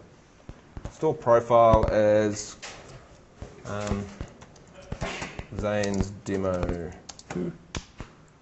Alright. So now, when I go, oh actually, sorry, I'll show you something else as well. Notice that over here it's got components default. So that's the default texture apply. Like before I was just changing the odd one here and there. If I change this one, it will change it to everything. So I want brick white. Cool. Store profile. Excellent. Go to the column now, and you'll see we've also got in here complex profile, which is that one there. And now we've got a complex structure, and we'll see Zane's Demo 2. Hit OK. Plop that down. And look at that. How awesome is that? The actual texture, notice, oopsies, that end texture is actually this one here. See, so I did the same texture, or let's say I made it that colour. That's what's changing that bit there. For some reason it doesn't apply the same texture to the ends. I don't know why, but it will. So technically I should have also, what did I use? Brick white, and it'll match up now. Actually that's a good point. How come that didn't? Oh, I didn't select it, that's why. Brick white, there we go. Store profile. There we go, it's better. Okay, so you can do it for columns and beams. So if you want to make an I-beam. Alright. So, what else can we do with these things? Let's just go back to Zane's demo 1. Now, at the moment, right, I can't actually change the height of this wall because it's actually got like a fixed height. If I tried to change it, just nothing will happen. 3,000. It just goes back to 2,000 again. Because in the profile, I haven't told it what it can stretch and what it can't. So, if I go into here, see it's got here horizontal stretch and vertical stretch. So what I can say is, right, you're allowed to stretch, but you're only allowed to stretch this top piece. And on the horizontal, you're only allowed to stretch this piece. Okay, so now when I adjust the width, I'll be adjusting this width. And when I adjust the height, I'll be adjusting this height. Pretty cool. Store profile. Which means that now, if I go and make this wall, let's say 5,000, ching. Pretty cool, eh? Likewise, if I change the width, so to, let's say 2 meters, to achieve that, it's going to stretch that inside piece, because that's what I've said, you're allowed to change that. You're not allowed to change the other bit. Okay, and that's what we want, because when we go and do the base around this wall here, so we're going to do that next, we want the thickness, if it gets thicker, we want the bricks to get thicker. We don't want the little ledge that comes out to get thicker, because otherwise it would be doing some kind of weird thing. Same thing with the height. We don't want that bottom piece. In fact, we're going to do like, there's like a, I don't know if you notice, there's a little red brick line that runs around the building. So if I make that wall taller, I don't want that red brick moving. I want it staying exactly the same. I just want the bit above that to change height. So let's do that. We're going to do a new profile again. New profile. Okay, you're going to do this all nice, like with rough measurements and stuff. All right, so I'm just going to use lines just to kind of get me going. Now remember, also we want to set the base of the wall. There's that little bit that goes down. It's like, okay, well, I want to set the base of the wall. I want that to go minus, if you like. So if I set the wall at 0, the base of it goes down below 0.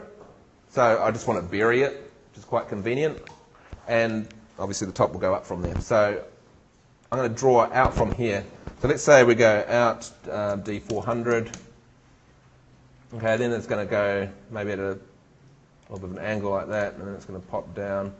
It doesn't really matter how far this goes, actually. I want to give it enough room so that I can bury it. Okay, I'm not an architect, so I don't really care how far these go down, because all we're concerned with is what it looks like in the courtyard. All right, so it's going to be that shape. Then I'm going to have, let's say, about 2 meters, I suppose. So let's go D2000. Oh, which of course is at the 2 meter mark. And then I want like a little lip that kind of comes out maybe. Oh no, I don't think it actually protrudes, does it? I think it's actually just stationary. I might just give myself a little tick mark just so I can kind of see there. And then go again D, let's say 200. Cool. This is just so I've got some guides for when I do my fills. And then there's my brick that goes up the top, right? come back to there. All right. Now I want to get rid of this line because now I can just use the magic wand with my fill. Ching! Awesome. I could actually now, in fact, actually I might just go and do undo. I'm going to do two because I want my sections to look different. See, so this one here is going to be brick.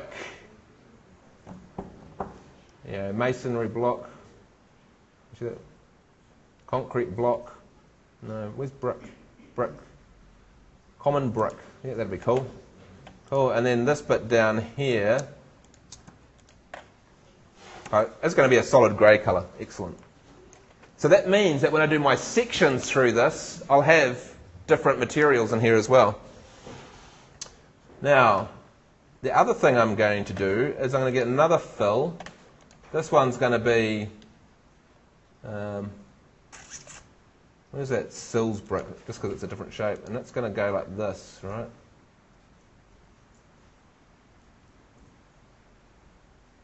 So it's kind of like built into the, actually I might just do that and then I'll grab this edge and move it down, snap it to there, there we go.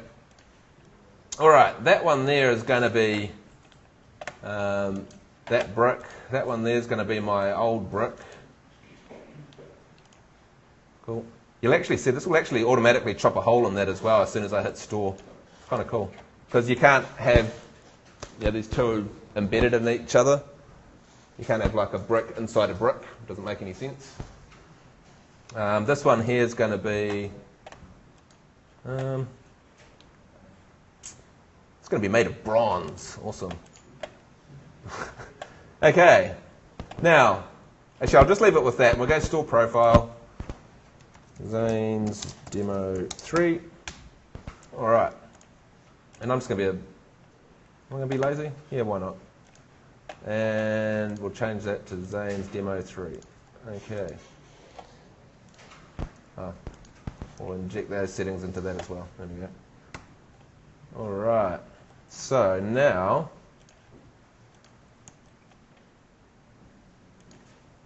let's go for a little run. Oh, I went into my little brick insert. My brick insert hasn't turned up for some reason.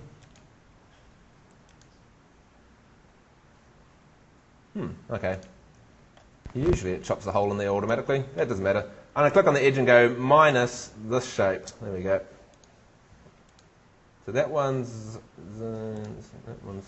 Have I got the same brick or something? That's Zane's brick, yeah. That's Zane's brick too. Yeah, that's cool. Store profile. Oh, I just clicked on the. Oh, there we go. See, so now it's got that line. I just select this, click on the edge, minus the shape. No, I used the magic wand so that it was that shape. It used to always just do the minus for you as soon as you hit store. They didn't like the overlapping ones, but anyway. Okay, so that's all cool, and you can see that down the bottom here we actually have a different texture. So if this floor level here was a little bit lower, let's do command 9 minus 50. Oops. Command 9 minus 50. Maybe a bit more than that. Okay, and we've got what we kind of see up there. And if we did a section through it, it would look like that. Now, the only thing I haven't done is I haven't told it how it can change the sizes of things. And there's a couple other problems as well. In fact, I'm going to do one of these problems. If I drop a door in here, actually, I'm going to edit this actually because if I go select all, I'm going to actually just go and lift this all up. So if we just go drag, I'm just going to drag this all up, let's say about 200 mil. Okay, so that means that the base does actually have that little piece into it. Store profile, just so I can actually see my problem. Now, see what's happening to my door? That's not very cool. It's going and putting the door in, but it's kind of lining up the door, which is a rather boring door, to be honest. Let's just make it a little bit more interesting, eh? Where are we? Ooh, that looks lovely, doesn't it? And we'll stick a door handle on it as well. What's a door without a door handle? Somewhere. Blah, blah, blah, blah, blah, blah, blah. Oh, look, this thing's pretty cool, actually. Have you seen this? You can go masonry arch, straight arch. No, we want. There we go. And I can change the material for this to that one. Cool. Where's the door handles gone? Blah, blah, blah, blah, blah. Opening type and angle, door leaf and handle. I missed it. So many settings, isn't there? There we go. And a doorknob. Excellent. Alright, so you can see how it's not set in the right place in my wall anyway. So, let's go back to our profile over here. So we need to set up a few things. First thing is, let's do the horizontal stretch. Okay, so what I want is, if I change the thickness of my wall, I want it to change this. I don't want it to change that. That's cool. My vertical stretch, I want it to change anything above here. One little thing is, if you're doing a wall, like if I didn't have that little brick, I'd actually make my wall really short, because for some reason it likes going taller. It never likes going shorter than what I've drawn in the profile. So if I was doing this and I made that just a little stubby wall, then I can make the height whatever I like. In this case, I've got a little bit of a limiting factor because there's that little notch cut in my wall. So, and I need that to not stretch. Okay, that means that I can have a wall no shorter than about 2.2 metres, which in our case is fine. You know, all of our walls are more than 2.2 metres, so it's not a big deal. We've also here got set says opening reference line. So this is the part of the wall that it will put an opening into. And so I want to move this red line here up against here so that it puts the door in this part of the wall. Store profile. At F3. Ching! It's now gone and stuck my door into the correct part of the wall. Although for some reason the stupid masonry arch doesn't work. There is a fix for that because I can... It's a bit weird actually. I'm surprised it did that. But anyway. Masonry arch... Blah, blah, blah. So that's, must be this here, is it? So it's 120 and it offset is 0. So if I go 200, is that going to put it back into the door? Does that move? Kind of. It made the gap. See, it's actually made a hole, but it hasn't actually moved it for some reason. That kind of sucks. What's that one?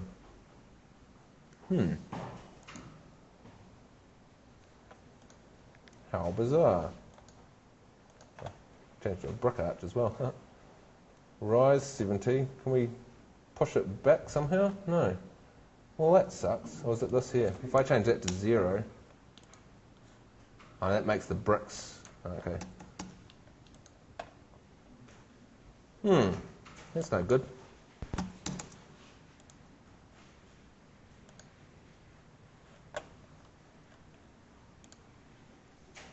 Wow, that sucks. Okay, so the brick arch, I'm sure I've had this brick arch work before for me.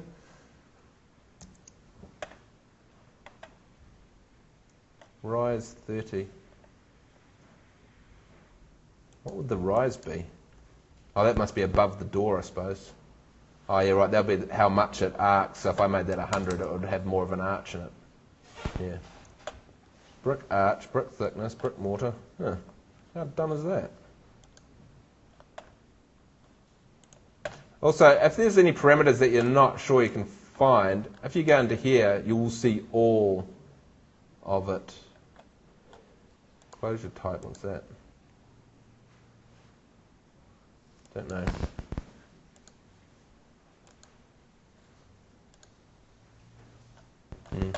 Oh well, it's not working. So I'd just turn that off. That sucks, actually. I'm sure it's worked in the past. Anyway, if we do that, we can see that, whoops, our door is mounted properly into our wall, and I can now make my wall 5 metres high, and it will actually be much taller. So I'm not moving this point, my door's all nicely in there, everything will join all perfectly. Windows will work now as well, otherwise my windows would be floating out the same way that the door was. That's about it, really. Let's just have a look, just make sure I haven't missed anything. Blah, blah, blah, blah. Don't worry about that. Orientation, project origin, side material. That's about it. What about the archways that you mentioned like on the outer wall? Is that Yeah, like in this case, that little trick, if you like, it's actually like as if there's two walls there. So what I would do is have, how should we do this? So in this case, right, let's go, we'll do exactly that. So we're going to put another wall behind it, and it's going to be, it's not going to be the profiled wall. So let's go, I'll just grab this wall, right, and I'll just make that go out like that, right.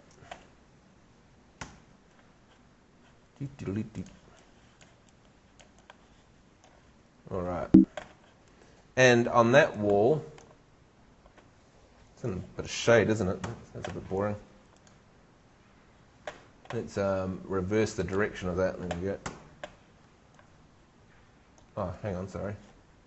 I was looking at the wrong side of it. Here we go. It's still in shade. Oh well, doesn't matter. Let's just change our time of day. Where are we? 3D view options. Otherwise, it gets very dark up there, doesn't it? You can actually just cheat and just go. Let's put the sun over here. Just remember, that's no particular time of day. I've just gone and physically moved the sun. You can do that in this class. All right. So that's one wall, right? So, and we're going to just go to doors. Where are we? Doors, doors, doors, doors. And there's actually empty opening doors, and there's an arch. I'm going to make this, let's say, 1200 wide and about 23 high. And you go, plop, just like that. My walls are quite thick, but anyway. And then I'm going to get another wall and pop that in behind. Now this is just, in this case it's just going to be just a normal straight wall. It's not going to be a complex profile or anything. However, it is going to be Zane's brick 2, and it's also going to be 5 metres high. And it's going to run in behind here, like that. I should make it a bit wider really, but anyway.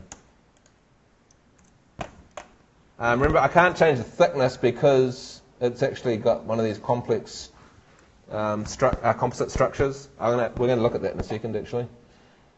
I want this also to be common brick. Cool. Okay. Then I can change the thickness to, let's say, 200. Excellent. And now all I do is I get my window, and I pop my window, get centered, right there, and that's the outside. Oops, got the wrong wall. There we go. And now I've got a window that doesn't actually quite fit in the arch. Let's go Command 9 minus, about 200 will be fine.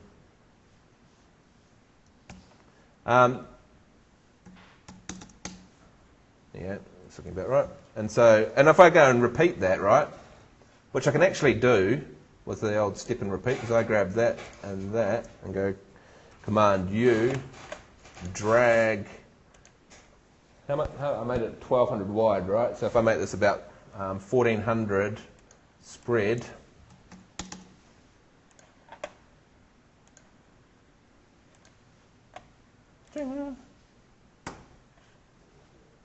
now we've got the same sort of thing that's happening out there, although it's looking a bit ugly. Okay, where we've got a window inside a window, essentially. But we're going to make much cooler windows than that. We're going to do the I'll do the window builder on, when's our tutorial? Wednesday. Only because then you can kind of build your windows. So I usually make these sessions kind of, yeah, we're not working on your assignment, just because otherwise it gets a bit of a mess. But when we do the complex window, well, the CAD image windows, there's just so many little variables, and so you'll probably want to make it work for you in your own document.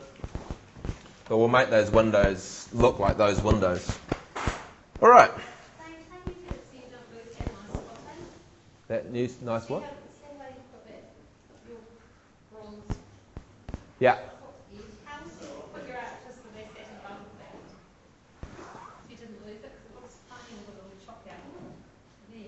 Oh, that's because of the window, the door. See, if I change the elevation of the door, it's going to change where it chops through there.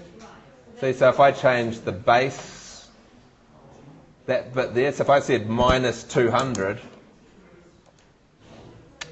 it's going to drop right down into that wall. If I went in the other direction, oops, minus 2, command 2. See how I'm going to actually change where that opening happens. And the reason it's cutting like, well actually in this case it doesn't really matter because there's no door as such. But yeah, that opening angle, sorry, what's it called? The opening reference line. It's saying that you have to cut in here. This is where it puts the door and everything. In the case, it's always going to cut through that base bit anyway. So it'll just cut through to get to the door, but it's not going to place the door floating outside. I can guarantee about 10% of you will have doors and windows floating out there because you didn't do that reference line. Cool. And we can, of course, we're going to adjust all these things. It's like, okay, that orange brick isn't high enough. So then I'd have to go in here and then adjust everything. And you know, if I move that up, you have to go drag that up. Little tip. If you're going to drag something right, hold the shift key, it's going to go straight. If I move my cursor out of the window, I can actually let go of the shift key and the mouse. And then you can just go D250. And it moves it.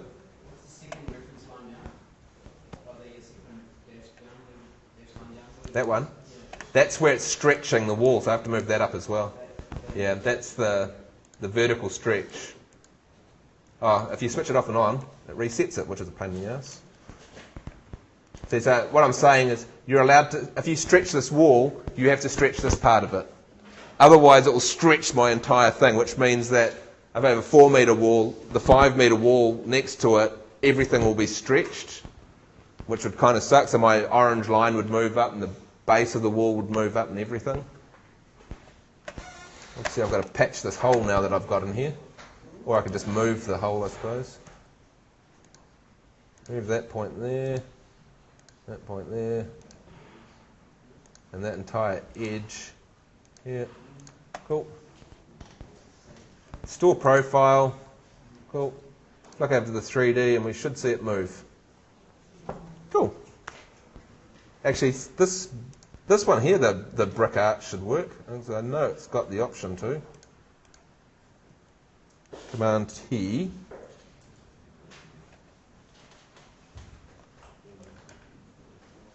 I need to figure out why. Where are we? Masonry arch. Oopsies. Oh. Turn it on. Oh, with a keystone would be quite nice, wouldn't it? See, that one's working fine. There must just be a bug with that window that I... See, that one's sitting in there perfectly. Notice here, this wall's shorter than that wall.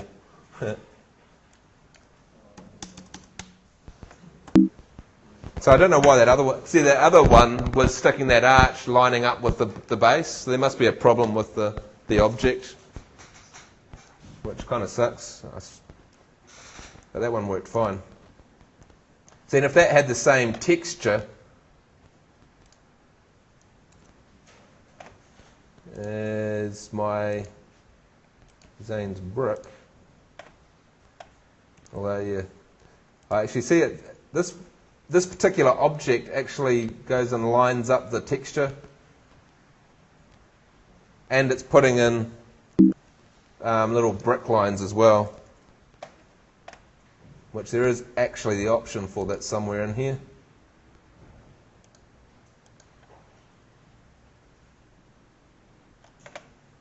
And it's got brick thickness and mortar, which just looks a bit odd because you end up with the texture repeating in here. Even though it's the same texture as that, it looks different because it's like repeating the same texture. So sometimes what I do is I'll have a texture that's just the brick colour. So you can just make up like a little texture that's just that orange colour. And so then you'd end up with that orange colour and that creates the mortar for you. Because otherwise you end up with bricks within a brick, which just looks wrong.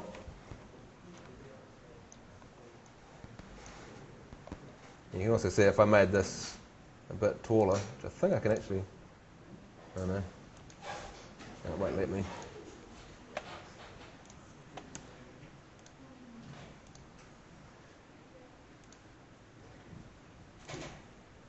No, it's not going to let me do it that way. But if I made this maybe 2400, if I knew the numbers it'd be a lot easier. There you go, now it would kind of line up.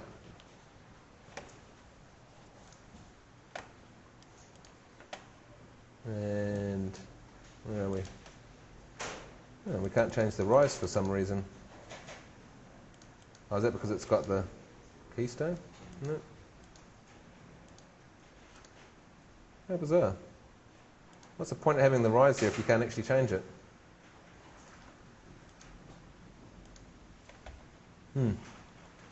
Boring. But yeah.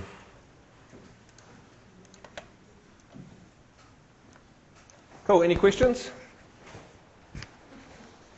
Will you have this lecture on this Yeah, I'll do my best. It's a bit tricky because I've got studio after this as well. Yes, I will. But just so we can take it home and watch it again and actually do the job for Wednesday. But you can see it's pretty powerful, like what you can do. It's just so awesome.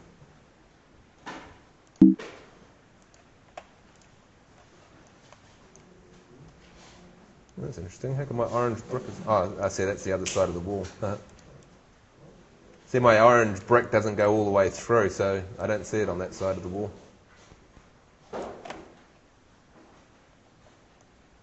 But yeah, what's neat is, yeah, all your cross sections and everything, it all looks awesome in plan. When you do sections through all this stuff, it all looks fantastic.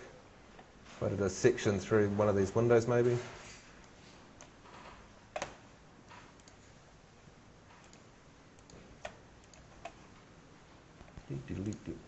Now, which actually, I should actually talk about this, because just, do I want to talk about that? Nah, maybe not. You might want to build your walls in two pieces, so that you do the downstairs floor and then the upstairs floor. So obviously the profile for the upstairs one wouldn't have that little base on it. It would, I don't think there's any orange line in it. It would probably just be a normal wall actually. And so what we'd do is we'd build downstairs and we'd copy and paste it upstairs and then just swap the walls out for the upstairs walls.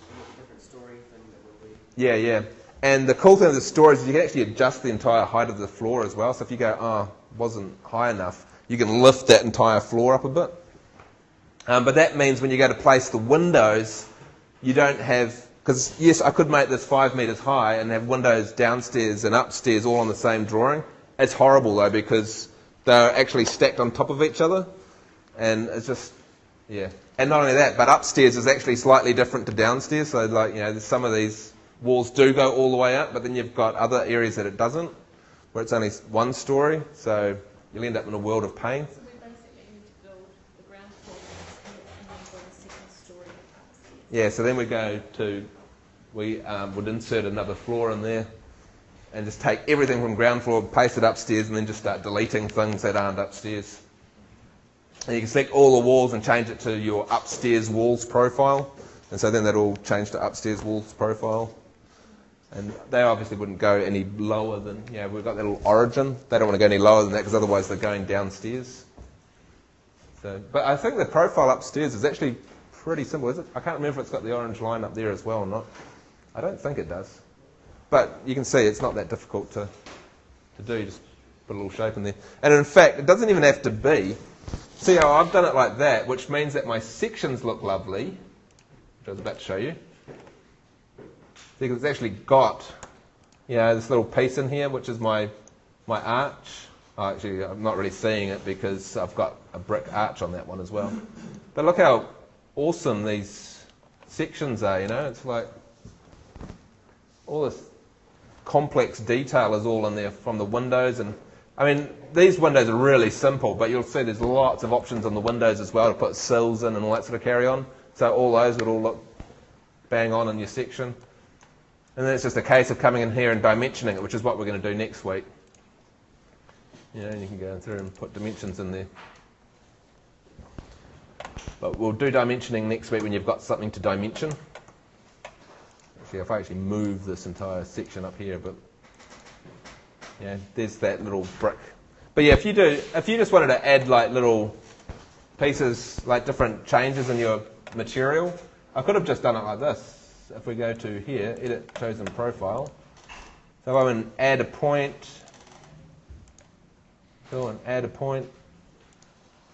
I can select this edge and say, right, you're going to be yellow.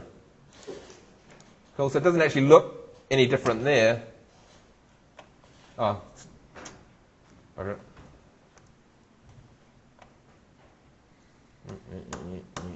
Forgot to hit store profile. Store profile. There we go. And there's the yellow stripe running around. So it's like as if just that surface is painted a different colour. It's not actually like, it's not going to make any difference to my sections. Or someone's painted a big yellow line on the outside. I mean, okay, I could put like a little fill that was 2 millimetres thick. Then I could calculate the volume of paint I'm going to need to get my yellow stripe around the building. But I'm not... Just figuring out how to approach this. Should we just build ordinary walls first? Yeah. To get the floor plan in, and then start turning those complex walls and textures? Yeah, exactly. You can do that whenever you like. So if you're kind of like, I can't be bothered going outside and measuring anything, I might start working on my profiled walls. You can just start making out profiles and then applying it to the walls. So you can do it. And you can do this at any point. So you might go, okay, it's roughly right. I'm just going to run with that for now.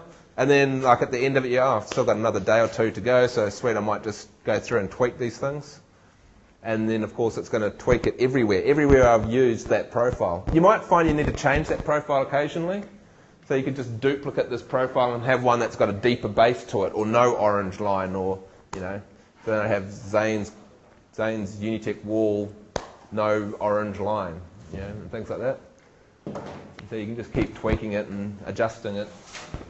I can change those back to, to anything I like. If I went and changed that back to a normal wall,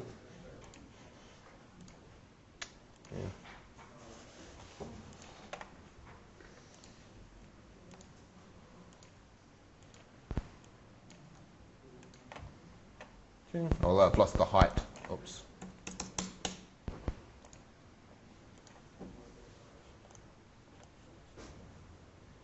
So it's pretty cool. And so you can swap that wall out with other walls, and but you can change the materials, of course. And of course, I can actually go through, if I wanted to change that material, if I just jump into Photoshop now, switch that off, and I went and put a big, let's play a new layer, and I put a big yellow line running across it.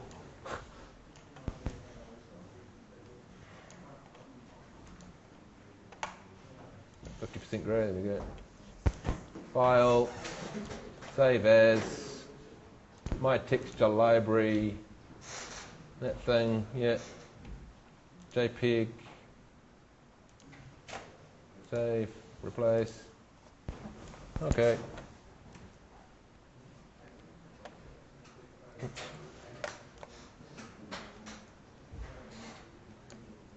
Undo. Go into here, as soon as I go Control-0 and re-render it, or if I close the window and open it again, you'll see there's grey lines across my wall. So it's all a big live link. So you can even change the textures at any point. I didn't have, no, because I didn't add or remove anything, but I didn't add anything. It's not, I've just edited the file. So yeah, it's pretty awesome. But yeah, you'll find though that the 3D view doesn't always update. See, it hasn't updated. Usually I find if I just close the 3D window and open it again, it usually, there you go, now it's got the grey lines in it. Or if I'd hit rebuild, refresh. I always find that, yeah, close the 3D window, open it again, and the textures update. All right.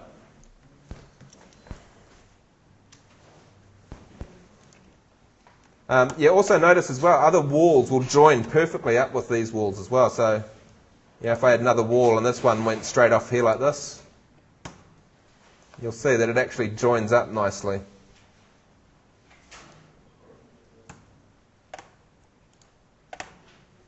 You know, maybe my big crazy Vandangle wall.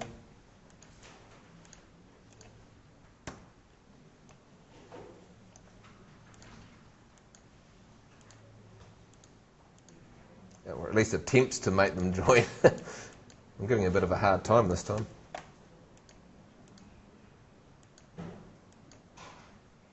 See, it actually tries to join these walls up correctly.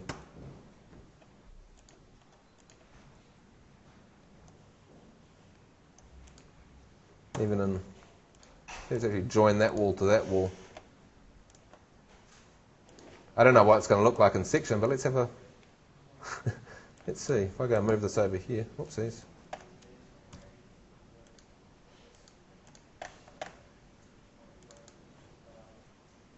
Interesting. Actually, that it looks like it's chopping a big. Oh, is that because? Oh, I see. Because this wall here and this wall here. Oh, no, they're joining together. And that wall, so they're all joining. You can actually give walls different priorities as well. So at the moment, it seems to be giving a priority to that left-hand wall. If you go into here, you can actually increase the priority of a wall, and it should change the way it joins, but it hasn't.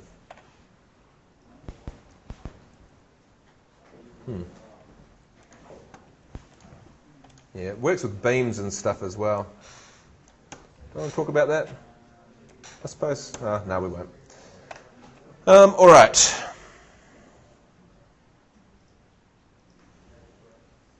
Okay, something a little bit more fun. I said I was going to show you this. There's a really cool thing in here called the Truss Maker. The Truss Maker is awesome. In fact, I'm going to do this from cross-section. I'm just going to use this cross-section again, all right? Just make this a bit bigger. And we'll put this over here. So I'm going to do a truss that joins up to my wall, right? So remember there's that orange brick, and I want to, like a, I don't know, maybe it's like a little frame that comes out. So all I do is if I just draw this with 2D lines, right? So I need this little truss that comes out, and it's going to be like this. And it's got like a little bit of support structure in here that goes like that. Cool. Select all those lines, including that one. Awesome. Now I'll just go under, where is it? This is Design Extras. So get Design Extras, Truss Maker, Create Truss. All right. And now you just go shopping. So I'm going to have this made out of rolled steel profile. It's going to look like it's going to be made out of T-beams. Yeah. And it's going to have junction plates. Yes. Well, it's kind of unavoidable because you're going to have where your courtyard meets up with the walls. So you will see the edges of the walls. So I'm not too worried about what they look like. But yeah, some thought is always good. But in this case, it was easy for me to do a truss that lines up with the wall in the right place. I could just draw it on the plan as well, wouldn't have made any difference. But because it's a truss, it will be sitting, well, like a truss. If that makes any sense. Okay, so you just go in here, you just do whatever you like. Now, this is where it has, it's going to save it as an embedded library, which means it'll be inside my ArchiCAD document, which actually kind of sucks. Because what I want to do is, actually that's a good point. How come it hasn't got the option, I'm also, oh, that's a bit weird. New folder. It should have the option. How bizarre. Okay, I can only embed it, which is a bit weird. It should have the option to save it to my library. But anyway, save. It's now going to create a new truss, and it's placed it on the floor plan. Which, if I go to F2, where is it? It should be lined up over here somewhere. No. Okay, objects, select all. Where did it place it? Oops. It's there. Anyway, let's have a quick look at that. That looks really ugly. Obviously my dimensions are wrong. But you can see it's created like a little truss.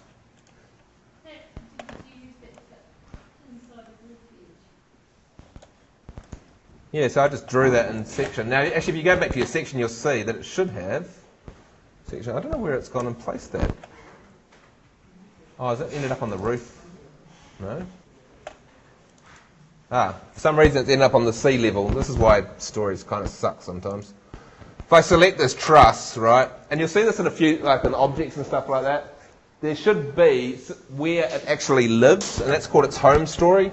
See, and it says sea level. It's like, no. You belong on the ground floor. Okay, and so now it's on the ground floor. And you can see it's got a few settings like, you know, the textures and things like that. It's a bit of a boring one. Actually, you know the this image, that's just made with the truss maker. So I just drew a whole bunch of 2D lines and then made it out of trusses. Yeah, it's actually got like little junction plates and all sorts of stuff in there.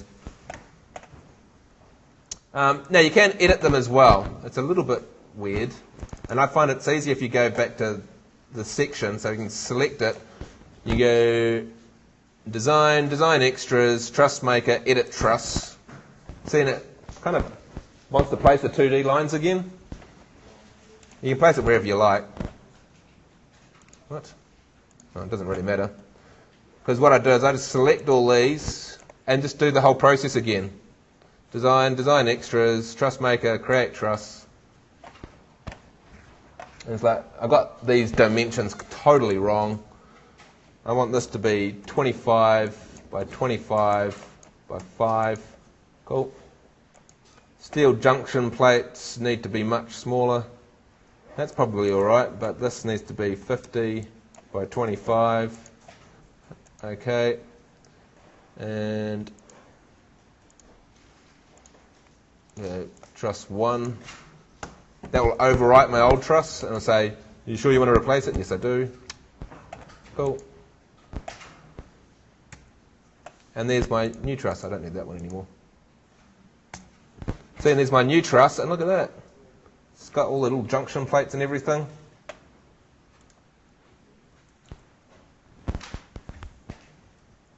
And so you can make up like, you know, little trusses like outside that drawing room there's like a thing that's got like a truss and then it's got like, you know, vertical louvers on it.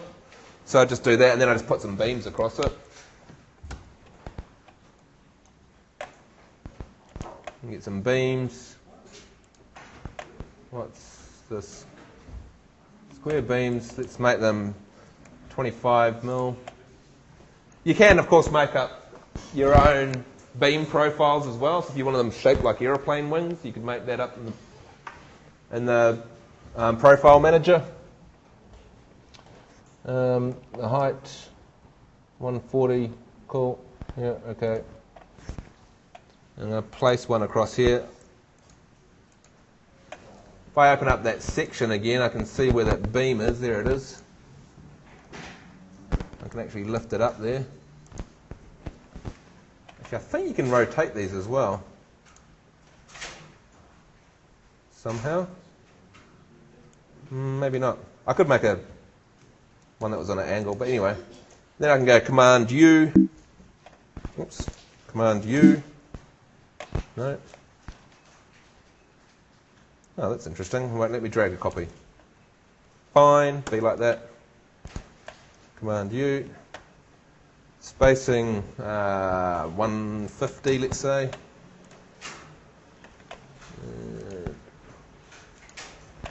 Cool.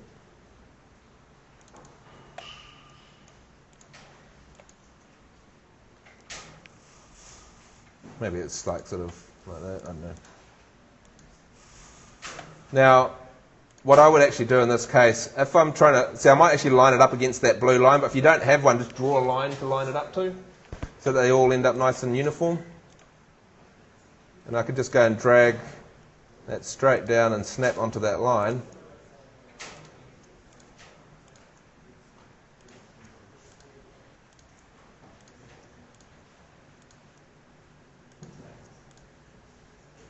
Just make sure you're always grabbing it from the same point.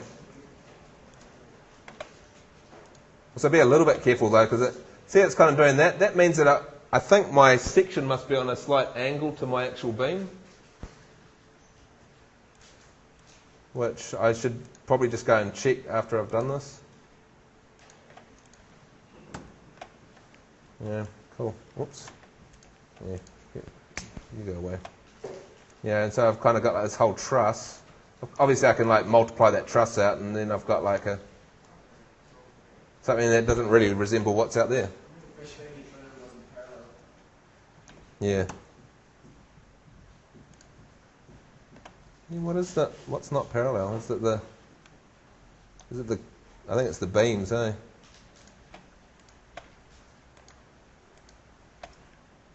Command E is rotate, so I grab that right down to the other end.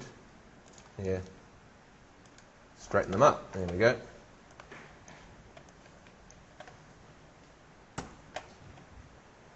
Yeah, because that section now, if I select them, see they don't have that little double up. Because that's the other end of the beam that I'm seeing. Even though it's not drawing it, I can still see the little nodes. And so it's like, oh, warning, something's not straight in here. So that's why I think on the end of that brief I said draw accurately. Because it comes back to haunt you. You know, just one simple like, oh, there you go. There's a beam, and all of a sudden it doesn't work, and then it kind of wanders off the edge of your structures. But yeah, remember I could also, if I go and create myself a new profile, right, for my beams, I could do it on an angle. I know I haven't measured that out, but anyway. So maybe they're like that. Cool. It's a beam, nothing else. Store profile.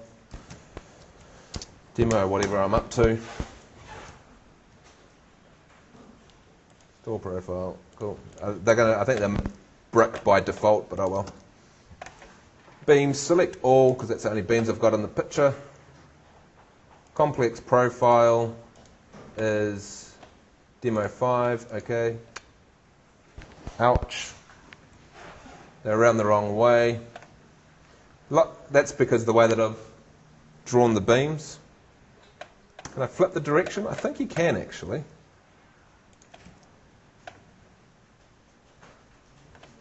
Or I could mirror it through the centre, actually would probably be the easiest, wouldn't it? Would that work? Or I could just be lazy and go, fine, Command E, rotate that in that direction. Haha.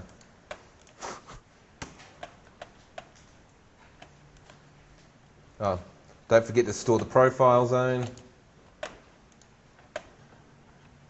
They're way too big. What's it? Resize is Command 9, isn't it? Store profile. There we go. Want them shaped like aeroplane wings? Not a problem.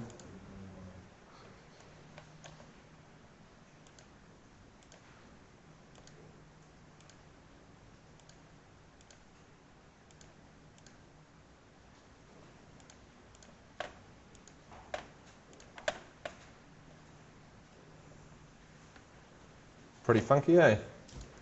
Maybe they need to be rotated more.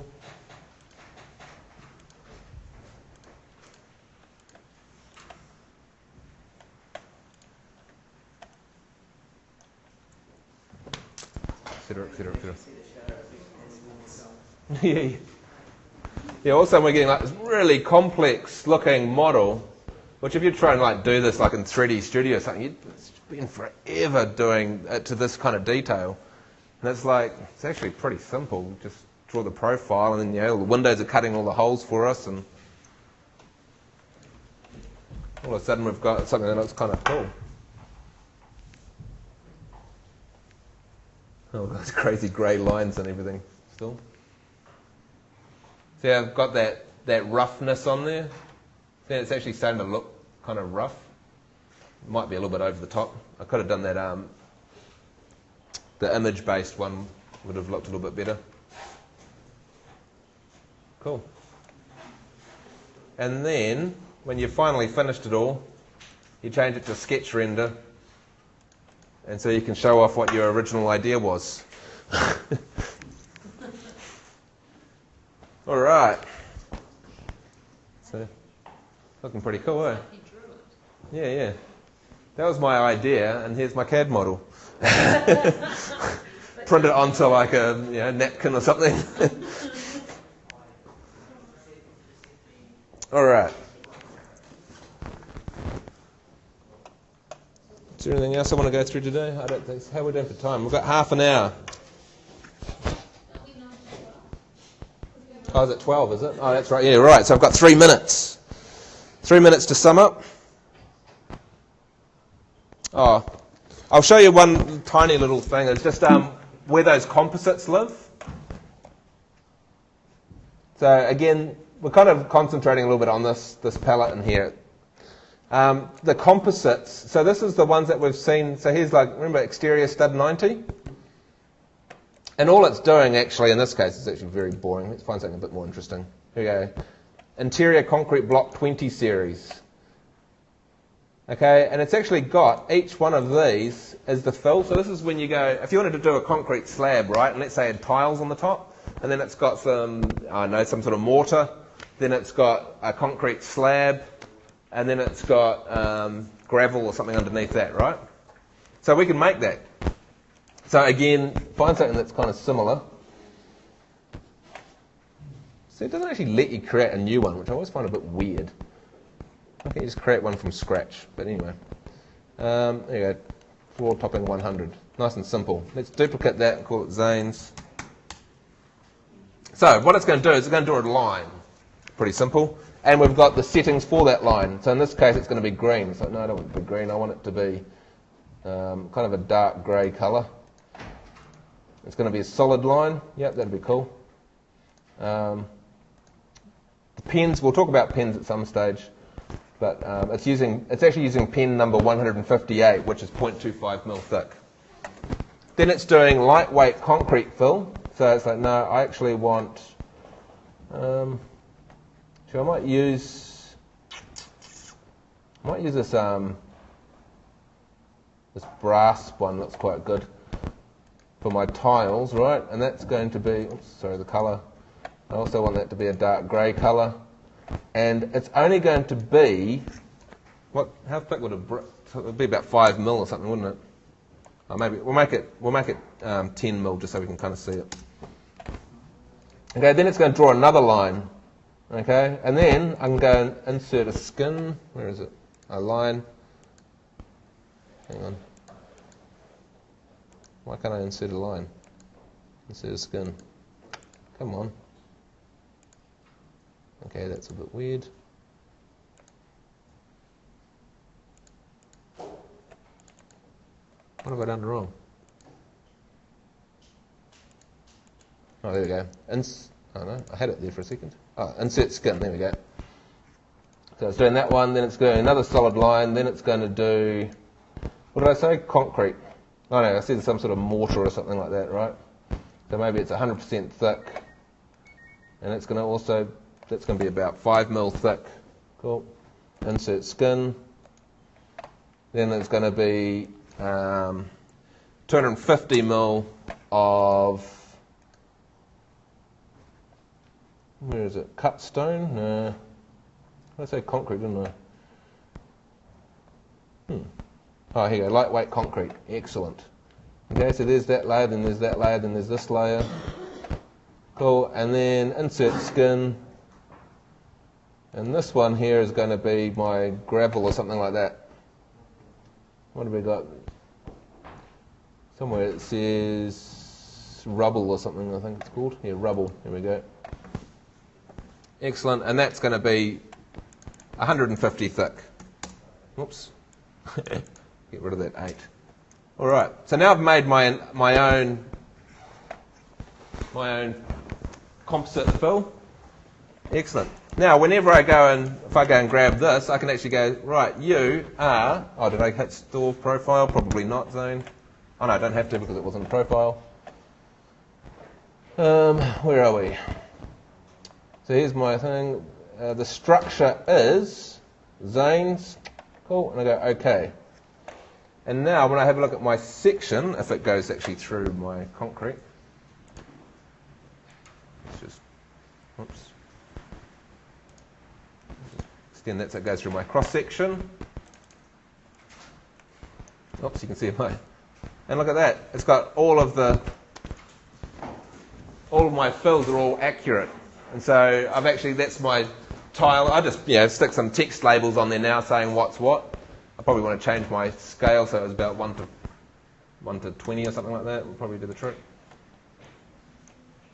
Cool, and it's got the entire structure of it all drawn for me. So I don't have to have a layer of tile, a layer of this, a layer of that, blah, blah, blah, blah. I put tile on as the top layer for my texture. So in my 3D renders it looked like it's tile. But I don't care what the other ones look like because I'm never going to see them anyway. When I do a section through it, it looks correct. I should really chop holes out for my walls or whatever. Because obviously this shouldn't really go straight through my wall base, but it doesn't matter if it does. If this was the case, remember in here I can always just go display order bring to front. And now it goes over the top. Cool? If it looks correct in section, it is correct. Okay, we don't really care. Although, I suppose if I went to do quantity surveying, my calculations for how much concrete would be wrong because I haven't made holes for where the walls have gone. So I'd get fired. Cool? It generally as well, it will actually join up similar textures as well. So, oh no, that is actually a different texture. That's why it's actually joining these textures together. It's actually the same texture. So it's actually joined them together. If that wall had a different, you'll actually see it actually changes it and it will put a line down it as well. So it generally, if the fills are the same, it will try and join them together.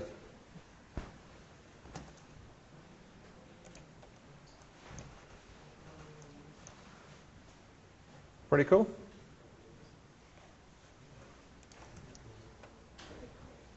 Command D for drag. Drag you guys back down to there. There we go.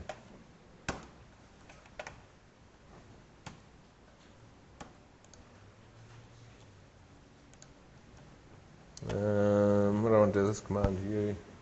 Let's make them about 2.5 meters.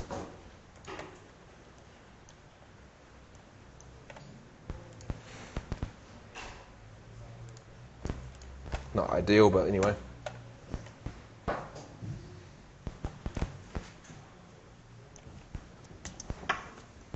All right, we'll finish right there.